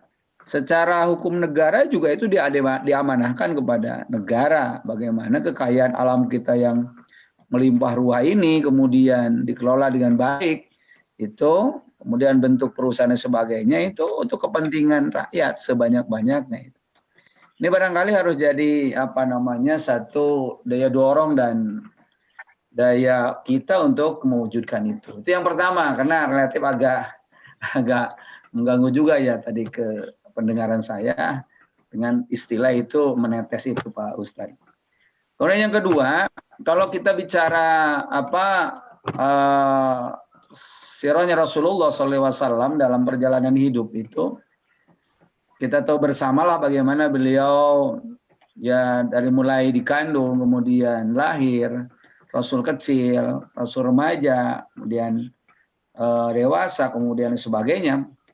Dan beliau itu dalam sejarah itu adalah sosok yang luar biasa sekali dalam segala hal, termasuk dalam persoalan ekonomi. Nah, saya membaca sebuah sirah baginda Rasul itu bahwa modal yang sesungguhnya dalam berusaha berekonomi ini bukan modal yang banyak dan lain sebagainya sesungguhnya. Tetapi yang penting adalah kalau bahasa itunya al-amin lah kira-kira. Gitu kan, kepercayaan. Ya, kalau bahasa kita mungkin trust terkait dengan ini. Oleh karena itu maka bicara ekonomi syariah saat ini, baik itu real ataupun perbankan, kan masih relatif kecil loh Ustaz. Ya mungkin ini trust itu terhadap masyarakat kurang. Ya. Al-amin dalam konteks baginda Rasul, trust dalam konteks masyarakat sekarang ini, kepercayaan itu relatif kurang ketika umpamanya berekonomi, berusaha dengan tadi fasilitas-fasilitas yang ada di ekonomi syariah, ya sehingga pertumbuhannya lambat sekali ini. Bahkan saya dengan Pak Moderator itu karena beliau juga selaku Ketua Umum PBFKAPI Pusat, itu kan, saya bilang umpamanya bank syariah salah satu produknya umpamanya terkait dengan setor awal untuk haji, ya kan, sehingga ada BPS, BPIH, gitu. Nggak tahu itu, saya mungkin tidak terlalu banyak informasi tentang produk bank syariah. Tetapi nampaknya itu yang paling bisa menghidupkan perbankan syariah itu dengan bagaimana jamaah haji bisa setor awal di BPS BPIH. Ya, produk lain saya kurang paham juga kan itu.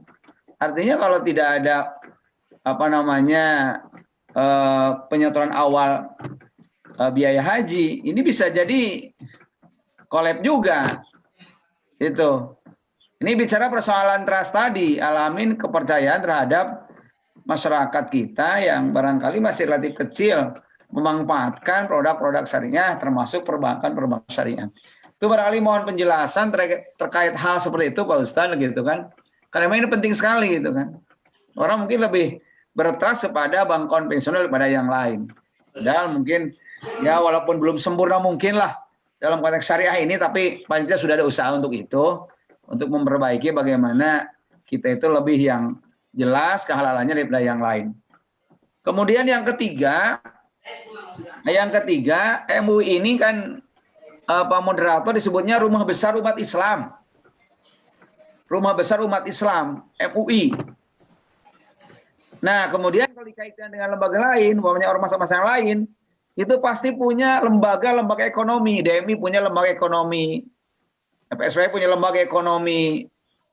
Ormas lain juga punya lembaga ekonomi. Tetapi ini belum dibangun sinergitas antara yang memiliki rumah besar itu sendiri dengan lembaga-lembaga ormas Islam itu sendiri, sehingga jalan masing-masing. Padahal bisa dikoordinasikan oleh MUI sebagai rumah besar umat Islam, rumah besar ormas Islam juga di situ. Ini belum ada gerakan-gerakan itu, masih parsial saja jalannya. MUI jalan sendiri, DMI jalan sendiri, lembaganya jalan sendiri, itu belum ada sebuah upaya membangun sinergitas, kemitraan, kebersamaan dalam hal seperti ini. Ya hasilnya tentu belum maksimal. Maka oleh karena itu, kalau saya umpamanya di DMI Provinsi Banten selaku Sekum DMI Provinsi Banten, DMI punya cita-cita yang besar yang luhur, yaitu memakmurkan dan dimakmurkan masjid. Memakmurkan dan dimakmurkan masjid. Ya kalau bicara memakmurkan masjid orang paham lah. Apalagi tadi Pak Ustaz menyebutkan ini masjid yang paling mudah, gampang, dan satu media masyarakat yang tidak ada sekat-sekat di situ kan lebih mudah. Nah untuk mewujudkan itu DMI punya keinginan tadi memakmurkan dan dimakmurkan masjid. Artinya ketika ingin dimakmurkan masjid, objeknya adalah umat, berarti harus punya usaha-usaha yang ada yang dilakukan di masjid. Nah sehingga kalau saya begini Bang, Pak Moderator bahasanya, kita ini kan terbalik. Ada rumah sakit, ya punya masjid. Kemudian ada pom bensin, punya musola. Itu kan, kalau saya ingin dibalik. Ada masjid, punya mall. Itu kan, ada masjid, punya pom bensin. Masjid, punya rumah sakit. Nah itu luar biasa kalau begitu. Sekarang kan terbalik. Ada rumah sakit, punya masjid. Ada pom bensin, punya musola gitu kan. Nah sehingga nilai-nilai yang terkandung dalam usaha itu ya mungkin masih jauh dari nilai-nilai yang kita manfaatkan. Maka dengan cita-cita besar di DMI itu bagaimana umat bisa dimakmurkan oleh masjid, tentu ada upaya-upaya menu-menu yang diberikan ke masyarakat itu. Sehingga tadi fungsi masjid luar biasa ya, yang sangat strategis termasuk pengembangan ekonomi umat di situ. Nah ini, oleh karena itu untuk merealkan itu, saya berharap ada semacam MOU lah Pak Ustadz. MOU antara MUI, kemudian DMI umpamanya atau lembaga ormas lainnya dengan forum alumni komunikasi alumni petugas haji Indonesia. Nah ini nih, untuk merealkan bagaimana usaha-usaha itu bisa dilakukan pemberdayaan ekonomi. Ada MOU, ada perjanjian untuk mengembangkan ini. Kalau tidak dengan bersama-sama, saya yakin tidak masif lah. Hasilnya tidak maksimal. Jadi endingnya ada MOU antara MUI, kemudian Ormas Islam, saya di DMI Banten, umpamanya dengan DMI, dan dengan APHI, saya ketua APHI Provinsi Banten. Nah ini objeknya adalah umat. Saya kira itu dengan cara seperti itu, saya yakin pergerakan ekonomi ini akan semakin hari semakin membaik, sehingga tadi umat ya diyakinkan dan dipastikan semuanya bisa terjamin, baik halalnya, kebaikannya, thayyibnya, sehingga selamatlah dunia akhirat. Karena saya takut dengan ancaman Rasulullah, man nabata lahma anil haram pannaru aula. Kira-kira itu Pak Ustadz. Assalamualaikum warahmatullahi wabarakatuh. Waalaikumsalam warahmatullahi wabarakatuh. Terima kasih Pak Haji Deni, terima kasih Pak Haji Ustadz Ayub Zaki. Pak Ustadz Nur Zaman, kita mendapat 2 pertanyaan yang langsung implementatif. Jadi Ustadz Ayub Zaki ini udah tidak sabaran, kasih saya pedoman, kemudian kasih saya aturan, saya akan gas langsung untuk implementasi di lapangan. Jadi arah beliau langsung kepada implementatif. Yang kedua dari Pak Deni juga sama genre pertanyaannya. Kasih kami MOU, kami bergerak. Majelis Ulama Indonesia MOU dengan Ormas Islam, dalam hal ini Pak Haji Deni merupakan sekretaris DMI Provinsi Banten dan juga Ketua FKI Banten, juga menunggu kasih kami MOU, kami akan bergerak. Kira-kira seperti itu arah pertanyaannya. Mohon kepada Ustadz Nur Zaman untuk memberikan pandangan dan sekaligus memberikan closing statement di penghujung acara kita di akhir nanti. Demikian, silakan Pak Ustadz. Terima kasih Pak Waka yang dirahmati Allah Subhanahu wa taala, Ustadz Haji Mahmudi Affan Sangkuti yang dimuliakan Allah Subhanahu wa taala. Ini bernas diskusi malam ini karena memang niatnya adalah bagaimana kita kemudian memikirkan umat. Moga-moga ini terjadi taufik dan hidayah dari Allah Subhanahu wa taala. Dipertemukan kita dengan peta-peta jalan yang kita berangkatnya dari Kitabullah, di mana Allah Subhanahu wa taala membimbing kita, walaqad sarrafna fi hadzal qur'ani lin-nas min kulli masal. Sesungguhnya peta-peta jalan itu sudah tersedia di dalam Kitabullah dengan berbagai tamsil. Baik masalah urusan skala rumah tangga, urusan masyarakat, urusan negara, dan menata kesejahteraan ekonomi bersama.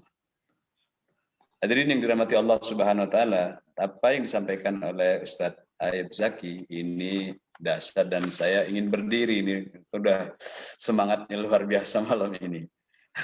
Cuman karena Zoom nggak bisa berdiri. Saya paham benar bahwa beliau ini adalah praktisi lapang, dan beliau memiliki reputasi, Ustadz Ayub Zaki ini, di dalam membangun instalasi-instalasi agribisnis, usaha-usaha yang kemudian dimulai dari sektor hulu, yang nanti kemudian menyediakan marketnya, bagaimana menyerap itu semua. Jadi kalau kita melihat apa yang disampaikan Ustadz Ayub Zaki, bahwasanya Ustadz Zaki ini berharap kita memberikan peta jalan yang taktis.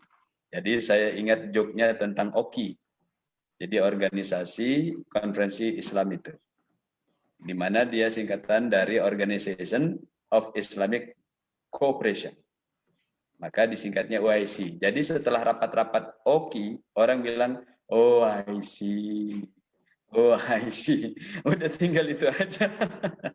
OIC, nggak ada siapa yang kemudian melakukan personal in charge, bagaimana timelinenya, bagaimana realignment nanti kalau terjadi, bagaimana standar operating prosedurnya, bagaimana monifnya, jadi tinggal OIC.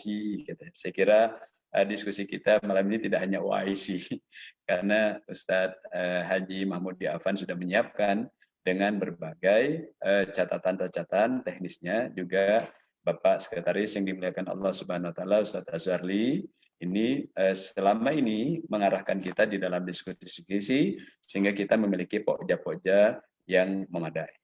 Bapak-bapak dan ibu-ibu yang dirahmati Allah Subhanahu wa taala, rasanya dengan pengalaman yang dimiliki oleh Ustadz Zaki ini kita perlu segera membentuk mapping etalase dari ekonomi, pemberdayaan ekonomi dari berbagai sektor, baik sektor hulu, sektor hilir, sektor tengah.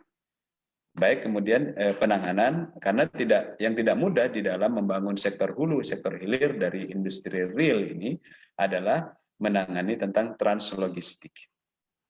Jadi saya kira itu perlu dimasukkan dalam curah gagasan Pokja yang menangani tentang pembangunan usaha.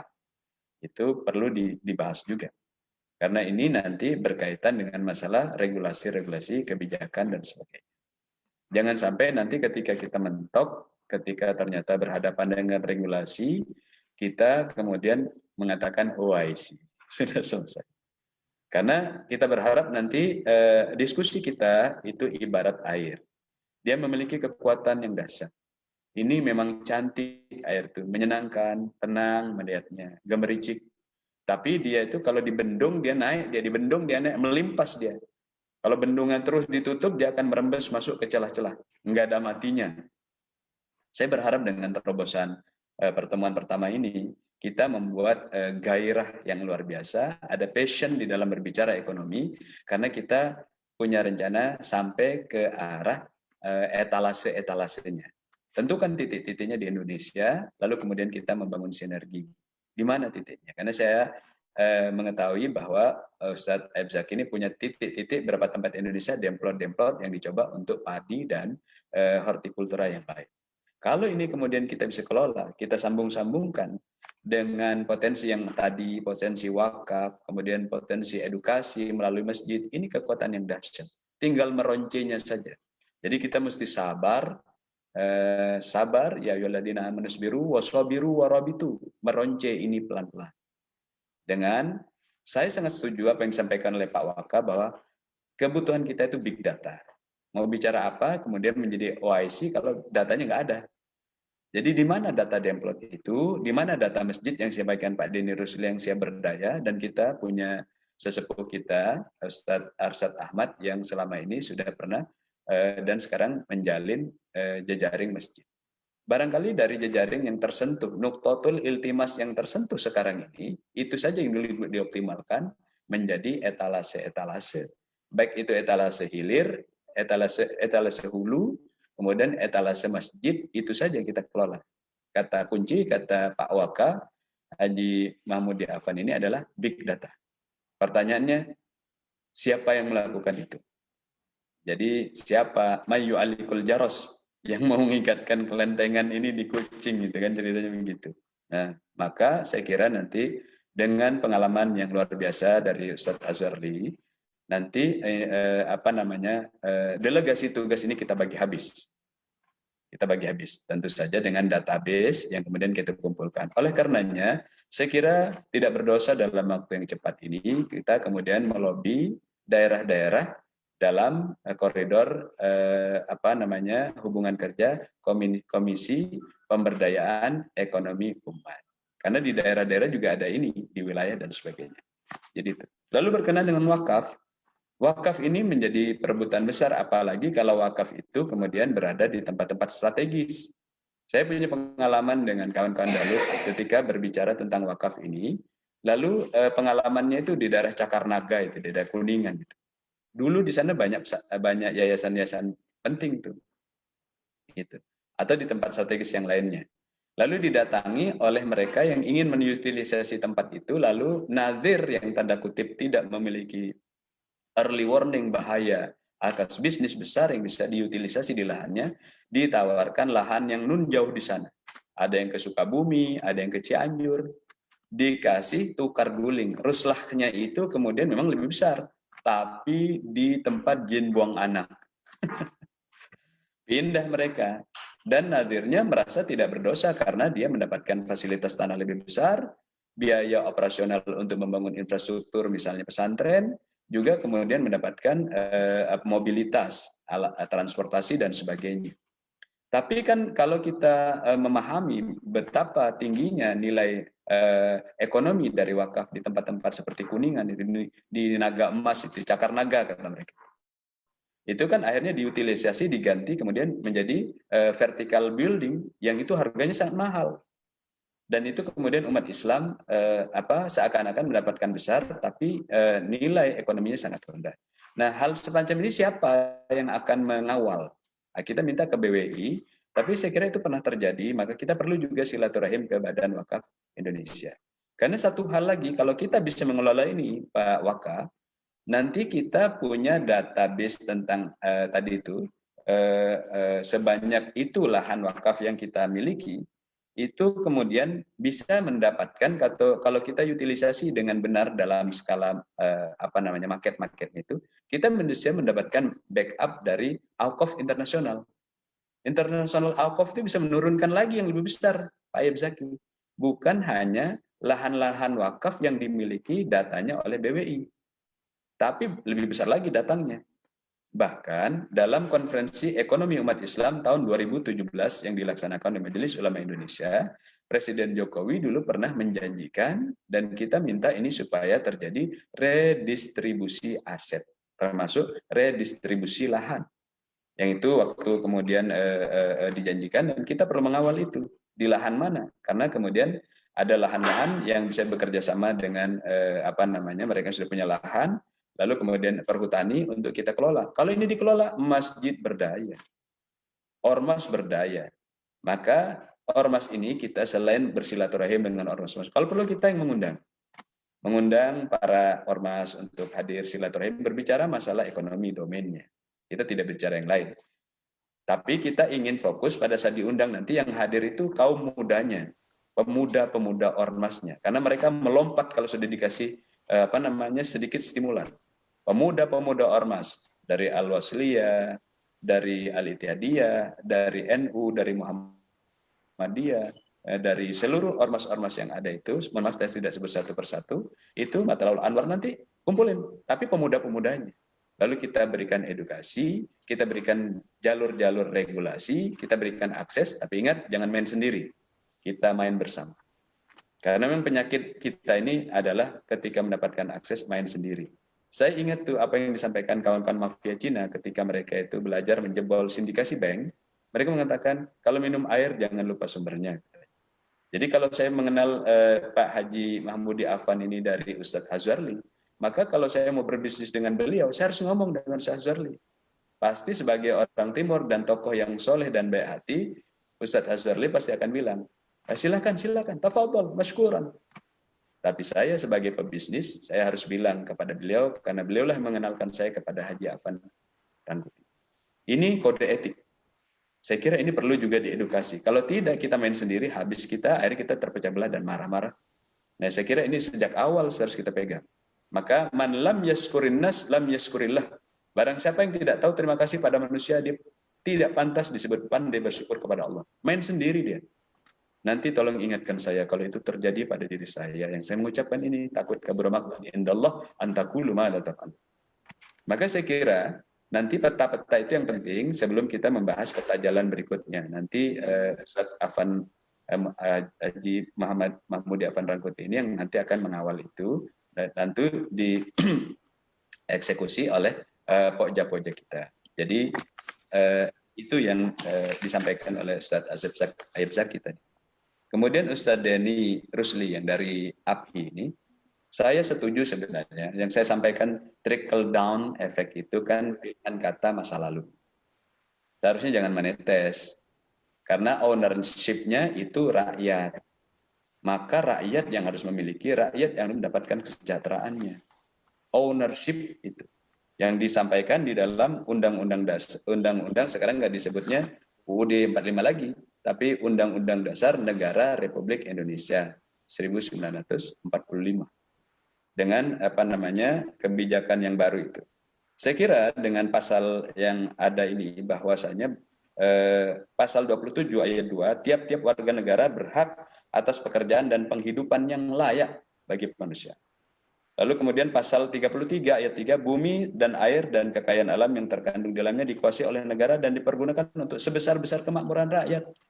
Itu founding fathers kita, para ulama itu, based on surat Al-Qasas ayat 5 itu. Jadi tugas kita membuat kaum du'afa rakyat ini merasakan nikmat kesejahteraan karena kita mengelolanya dan memegang amanah itu. Jadi saya sangat setuju untuk kemudian kata kuncinya bukan lagi menetes. Ternyata nggak netes-netes. Tetapi dalam konteks semacam ini kita bukan hanya sekadar bisa protes. Tapi yang penting adalah bagaimana kita menghadapinya. Karena setiap regulasi yang dibuat yang kemudian mengelola sumber daya alam itu ada ownernya. Sehingga seperti Undang-Undang Minerba ada ownernya. Undang-Undang Hutan Tanaman Industri ada ownernya. Itu tidak serta-merta lahir. Maka kalau secara kajian intelijen, maka yang kemudian mendapatkan nikmat terbesar itulah ownernya. Maka saya kira nanti kalau belajar tentang bisnis intelijen, saya kira Pak Waka nanti yang bisa memantiknya. Saya sedikit saja Pak Waka. Mohon maaf saya nyampaikan ini. Jadi saya kira itu ada ownernya. Maka pertanyaannya bukan hanya konferensi kita malam ini menjadi OIC. Kapan kita jadi owner? Kapan kita jadi owner? Sehingga kita tidak boleh menghindar dari regulasi-regulasi dan diskursus tentang kebijakan-kebijakan publik. Maka kita perlu mendatangi DPR, menjelaskan duduk perkaranya, bahkan kalau perlu, saya kira Pak Ses, Pak Sekretaris yang dirahmati Allah Subhanahu Wa Taala, bukan tidak mungkin dari kapasitas yang luar biasa dari pengurus KPU yang sekarang ini, yang luar biasa saya scanning satu-satu, saya coba lihat rekam jejaknya, digitalnya dan sebagainya. Ternyata dahsyat ini. Kalau kita kemudian mengelolanya, bukan tidak mungkin KPU MUI 2020-2025 ini kemudian yang mengusulkan legal drafting terhadap RUU. Kita masukkan nanti ke kelembagaan. Kita masukkan nanti ke DPR. Legal drafting. Karena demi keberpihakan untuk rakyat. Tapi apakah bisa? Ya pertanyaan ini kalau kemudian di closing dengan apa mungkin ya semuanya nggak jadi. Maka demikian diskusi ana ma'adhanni abdi bihi. Aku Allah ini bersama dengan persepsi persangkaan mindset hambaku. Jadi kita katakan insya Allah bisa. Insya Allah bisa. Itu saja sudah doa. Wa rabbis sama'i wal ard innahu lahaqqum mithla ma annahu tantikun. Demi yang kaya raya itu Tuhannya langit dan bumi. Apa yang kau inginkan tinggal ngomong. Nah malam ini kita ngomong. Moga-moga nanti jalan-jalannya dimudahkan oleh Allah Subhanahu Wa Taala. Tapi memang kita harus dekat dengan regulator. Nah dalam konteks perekonomian yang memunculkan trust, ini memang tantangan. Siapa sebenarnya teladan syariah ini yang kemudian membuat umat ini sejahtera? Siapa teladan ini? Siapa teladan ini? Maka saya kira ini menjadi kata kunci kita dalam diskusi berikutnya, di mana kawan-kawan dari API itu sebenarnya mengetahui bahwa ada dana abadi yang besar dari haji. Kalau kita dekati, itu kemudian kita utilisasi bersama untuk kepentingan umat dan jamaah haji. Jamaah haji itu kan nanti setelah naik haji kan ibadahnya juga banyak lagi yang lain, yaitu mengurus ekonomi. Kalau kita kelola bersama, uang bersama ini secara kooperatif, karena koperasi kan ujungnya sebenarnya mengelola bersama milik kita. Ini bisa dahsyat. Nah, tinggal bagaimana peta jalannya dan proposalnya, saya kira nanti Pak Sekretaris yang dimuliakan Allah ini bisa kemudian merangkum dari berbagai usulan-usulan untuk menutilisasi dana abadi itu. Yang lain bisa beli pesawat, yang lain bisa beli pemukiman di tempat di luar negeri, negara yang lain. Saya kira kita bisa melakukan itu. Sementara kemarin sempat beredar bahwa dana-dana seperti itu akan digunakan secara negatif untuk menutup kekurangan pemerintah, kelemahan pemerintah. Saya kira ini bisa membantu pemerintah. Karena MUI kedudukannya ada sodikul hukumah. Dia meluruskan pemerintah, tapi juga membantu pemerintah ketika tidak berdaya menghadapi gagasan-gagasan penyelesaian ekonomi, sementara kita berpatokan pada yamhaqullah riba wa ribis sadaqah. Pasti yang maha kaya itu benar. Maha benar. Yamhaqullah riba wa yurbis sadaqah. Nah, Bapak-bapak dan Ibu-ibu yang dirahmati Allah Subhanahu Wa Taala, yang terakhir tentang sinergitas. Memang kata kuncinya berjamaah. Tidak bisa kita kerjakan sendiri-sendiri. Sudah saatnya kita saling menghormati perbedaan. Dan kemudian kita mari mencari titik temu. Ayo kita bekerja sekarang. Yang kita bahas adalah titik temunya masalah ekonomi. Saya tertarik ketika kemudian para pembesar-pembesar kita, para ulama-ulama kita terdahulu yang datang pulang setelah konferensi internasional itu pulang membawa movement. Ada yang membuat Al-Ittihadiyah, ada yang membuat Al-Wasliyah, pulang membawa Persis, pulang membawa Syarikat Dagang. Ini karena sebuah rencana keinginan besar mempersatukan umat. Lalu titik temu kita, saya kira kalau silaturahmi antara masjid nanti, kalau itu dibangun antar ormas nanti bukan sekedar bertanya kaifahal, karena itu membosankan nanti kalau sudah berulang-ulang.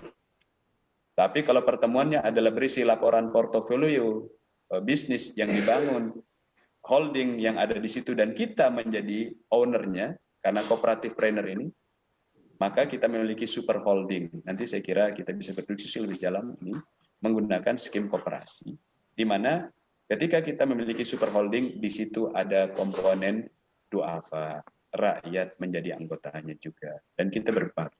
Saya kira ini negara melakukan ini seharusnya, sehingga BUMN itu seharusnya menjadi anak-anak perusahaan dari rakyat. Nah, hadirin yang dirahmati Allah Subhanahu wa taala, moga-moga ke depan kemudian kita bisa membangun sinergi yang ada. Terakhir, saya ingin menyampaikan tentang apa yang difirmankan oleh Allah Subhanahu wa taala. A'udzu billahi minasyaitonir rajim. Wa ma kana rabbuka muhlikal qura hatta yab'atsa fi ummiha rasula حتى يبعث في أمها رسولا يتلو عليهم آياتنا وما كنا مهلك القرى إلا وأهلها ظالمون. صدق الله العظيم. Surat Al-Qasas ayat ke-59. Nah, Al-Qasas ini adalah benchmarking dari kisah-kisah terdahulu untuk kita elaborasi di zaman sekarang hingga akhir zaman. Maka di dalam surat Al-Qasas ayat 59, tidaklah Allah Subhanahu wa taala akan menghancurkan kota-kota itu sebelum Allah Subhanahu wa taala mengutus ke Ummul Qura, ke pusat pengambilan kebijakan, utusan-utusan Allah yang membaca ayat-ayat kami, ayat-ayat Allah kepada mereka. Jadi dalam rangka sekarang kita berusaha menawarkan gagasan menuju keadaan new normal setelah pandemi ini. Saya kira kita penting membacakan Kitabullah ke pusat pengambilan kebijakan. Kalau berdasarkan Bappenas itu ke sektor publik, private sector, dan third sector. Kita harus datang membacakan Kitabullah tanpa lagi minder di legislatif, di eksekutif, dan yudikatif. Kemudian juga kita berbicara di sektor private, BUMN, sampai ke UMKM. Juga di sektor third sector, ke ormas-ormas, NGO, parpol, dan kita bicara. Bukan sekedar membacakan Al-Quran secara artifisial, tapi kemudian menjelaskannya, how to-nya, dari A sampai Z, bagaimana solusinya, sebagaimana kemudian diarahkan oleh Allah Subhanahu wa taala, wa ibadur rahmanil ladzina yamshuna 'alal ardi hauna wa idza khatabahumul jahiluna qalu salama. Berjalan dengan rendah hati, tapi kalau orang kemudian bertanya bagaimana solusi, ideologi, politik, ekonomi, sosial, budaya, hukum, pertahanan, keamanan, kita menjawabnya dari A sampai Z atas bimbingan Allah Subhanahu wa taala dan Rasul. Lalu, wa ma kunna muhlikal qura illa wa ahluha zalimun. Allah tidak akan membinasakan, menghancurkan kota-kota dengan azabnya kecuali penduduknya yang kemudian mengundang dengan kezaliman. Moga-moga kita segera menyelesaikan kezaliman-kezaliman yang menyengsarakan rakyat. Kesulitan-kesulitan yang menyengsarakan rakyat atas nama agama.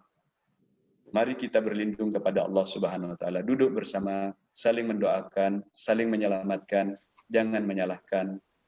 Lalu kemudian kita menemukan titik temu sehingga diangkatlah bala dan bencana ini. Jangan sampai kita membiarkan umat kemudian mengundang-undang bala ini. Idza dhahara riba waz zina qad ahallu adzaballah. Kalau sudah zahir, terang-terangan, tidak malu, dibangun sebagai industri entertain, itu zina dan riba, maka tunggulah azab Allah. Saya kira kita minta kepada Allah agar azab pandemi ini dicabut oleh Allah Subhanahu wa taala, karena kita ingin kembali kepada Kitabullah, lalu kembali kemudian melaksanakan amanah kita sebagai khalifah fil ard dan Abdullah, beribadah yang benar dan mengelola sumber daya alam ini secara benar. Wallahu a'lam bishawab. Mohon maaf kalau ada kata yang salah kepada para pengurus KPU, MUI yang dirahmati Allah, dimuliakan Allah, khususnya Bapak Sekretaris yang dimuliakan Allah dan Bapak Waka yang menginisiasi sekolah ekonomi kerakyatan nasional ini. Dan ini kita jadikan, saya kira kita jadikan sekolah edukasi yang masif, karena ini kan di broadcast dengan medsos ya Pak. ini bisa dahsyat. Moga-moga menjadi amal jariah dari Pak Waka dan Pak Sekretaris di dalam mengelola sekolah ini. Wallahu yaqulul haq wa huwa yahdis sabil, billahi taufiq wal hidayah, wallahu muwaffiq ala aqwamit thariq, wallahu fi sabilil haq. Assalamualaikum warahmatullahi wabarakatuh. Waalaikumsalam warahmatullahi wabarakatuh. Saya undang Ustadz Imam Baihaqi untuk memimpin doa agar acara kita ini diberkahi Allah SWT. Tafadhol Imam Baihaqi, Ustadz. Ya, syukran. Bapak Ibu sekalian, mari kita sedikit menundukkan kepala, memohon kepada Allah Subhanahu wa Ta'ala agar apa yang kita lakukan pada malam hari ini merupakan amal ibadah kita. Amin. Yang diterima oleh Allah Subhanahu wa Ta'ala dan merupakan sebuah perjumpaan yang berkahi, karena ini merupakan perjumpaan untuk sama-sama menuntut ilmu. Amin. Yang memberikan ilmu itu mendapatkan kesempatan untuk masuk surga karena ilmunya telah dimanfaatkan. Paling tidak pintu untuk neraka sudah ditutup. Karena setelah mengamalkan ilmunya, sementara kita orang-orang yang menuntut ilmu adalah orang yang memenuhi panggilannya, memenuhi perintahnya. A'udzubillahi samil alim minasyaitonir rajim. Bismillahirrahmanirrahim. Alhamdulillahirabbil alamin. Hamdan na'imin, hamdan syakirin, hamdan yuafi ni'amahu wa yukafi mazidah. Ya Rabbana lakal hamdu kama yanbaghi li jalali wajhikal karim wa 'azimi sultanik. Allahumma salli wa sallim ala sayyidina Muhammadin fil awwalin wa salli wa sallim ala sayyidina Muhammadin fil akhirin wa salli wa sallim ala sayyidina Muhammadin fil mala'il a'la ila yaumiddin. Amin. Allahumma ij'al jam'ana hadza jam'an marhuma waj'al tafarruqana min ba'dihi tafarruqan ma'suma. Allahumma inna nas'aluka salamatan fid din wa afiyatan fil jasad wa ziyadatan fil ilmi wa ziyadatan fil ilmi wa ziyadatan fil ilmi wa barakatan fil rizqi wa tawbatan qabla al maut wa rahmatan 'inda al maut. Allahumma hawwin 'alaina fi sakaratil maut wal 'afwa 'inda al hisab. Rabbana zalamna anfusana wa illam taghfir lana wa tarhamna lanakunanna minal khasirin. Rabbana atina min ladunka rahmah wa hayyi' lana min amrina rasyada. Allahumma ya Rahman ya Rahim irhamna birahmatika ya arhamar rahimin. Rabbana taqabbal minna innaka antas samiul alim wa tub alaina innaka antat tawwabur rahim. Wa sallallahu ala sayyidina Muhammadin nabiyil ummi wa ala alihi wa sahbihi wa baraka wa sallam. Walhamdulillahi rabbil alamin. Taqabbalallahu minna wa minkum ajmain. Amin. Rabbil alamin. Terima kasih kepada Ustadz Nuruzzaman. Terima kasih kepada seluruh peserta sebagai penerus tangan emas Abdurrahman bin Auf. Sampai jumpa pada bincang ekonomi umat edisi 2 minggu depan. Ekonomi umat kuat, Indonesia maju. Salam ekonomi umat. Jangan pernah lelah mencintai Indonesia. Wabillahi taufiq wal hidayah. Wallahul muwaffiq ila aqwamit thariq. Nasrun minallah wa fathun qarib wa basyiril mu'minin. Assalamualaikum warahmatullahi wabarakatuh. Waalaikumsalam warahmatullahi wabarakatuh. Program Pokjanya Pak Afan udah jalan ini programnya. Program KI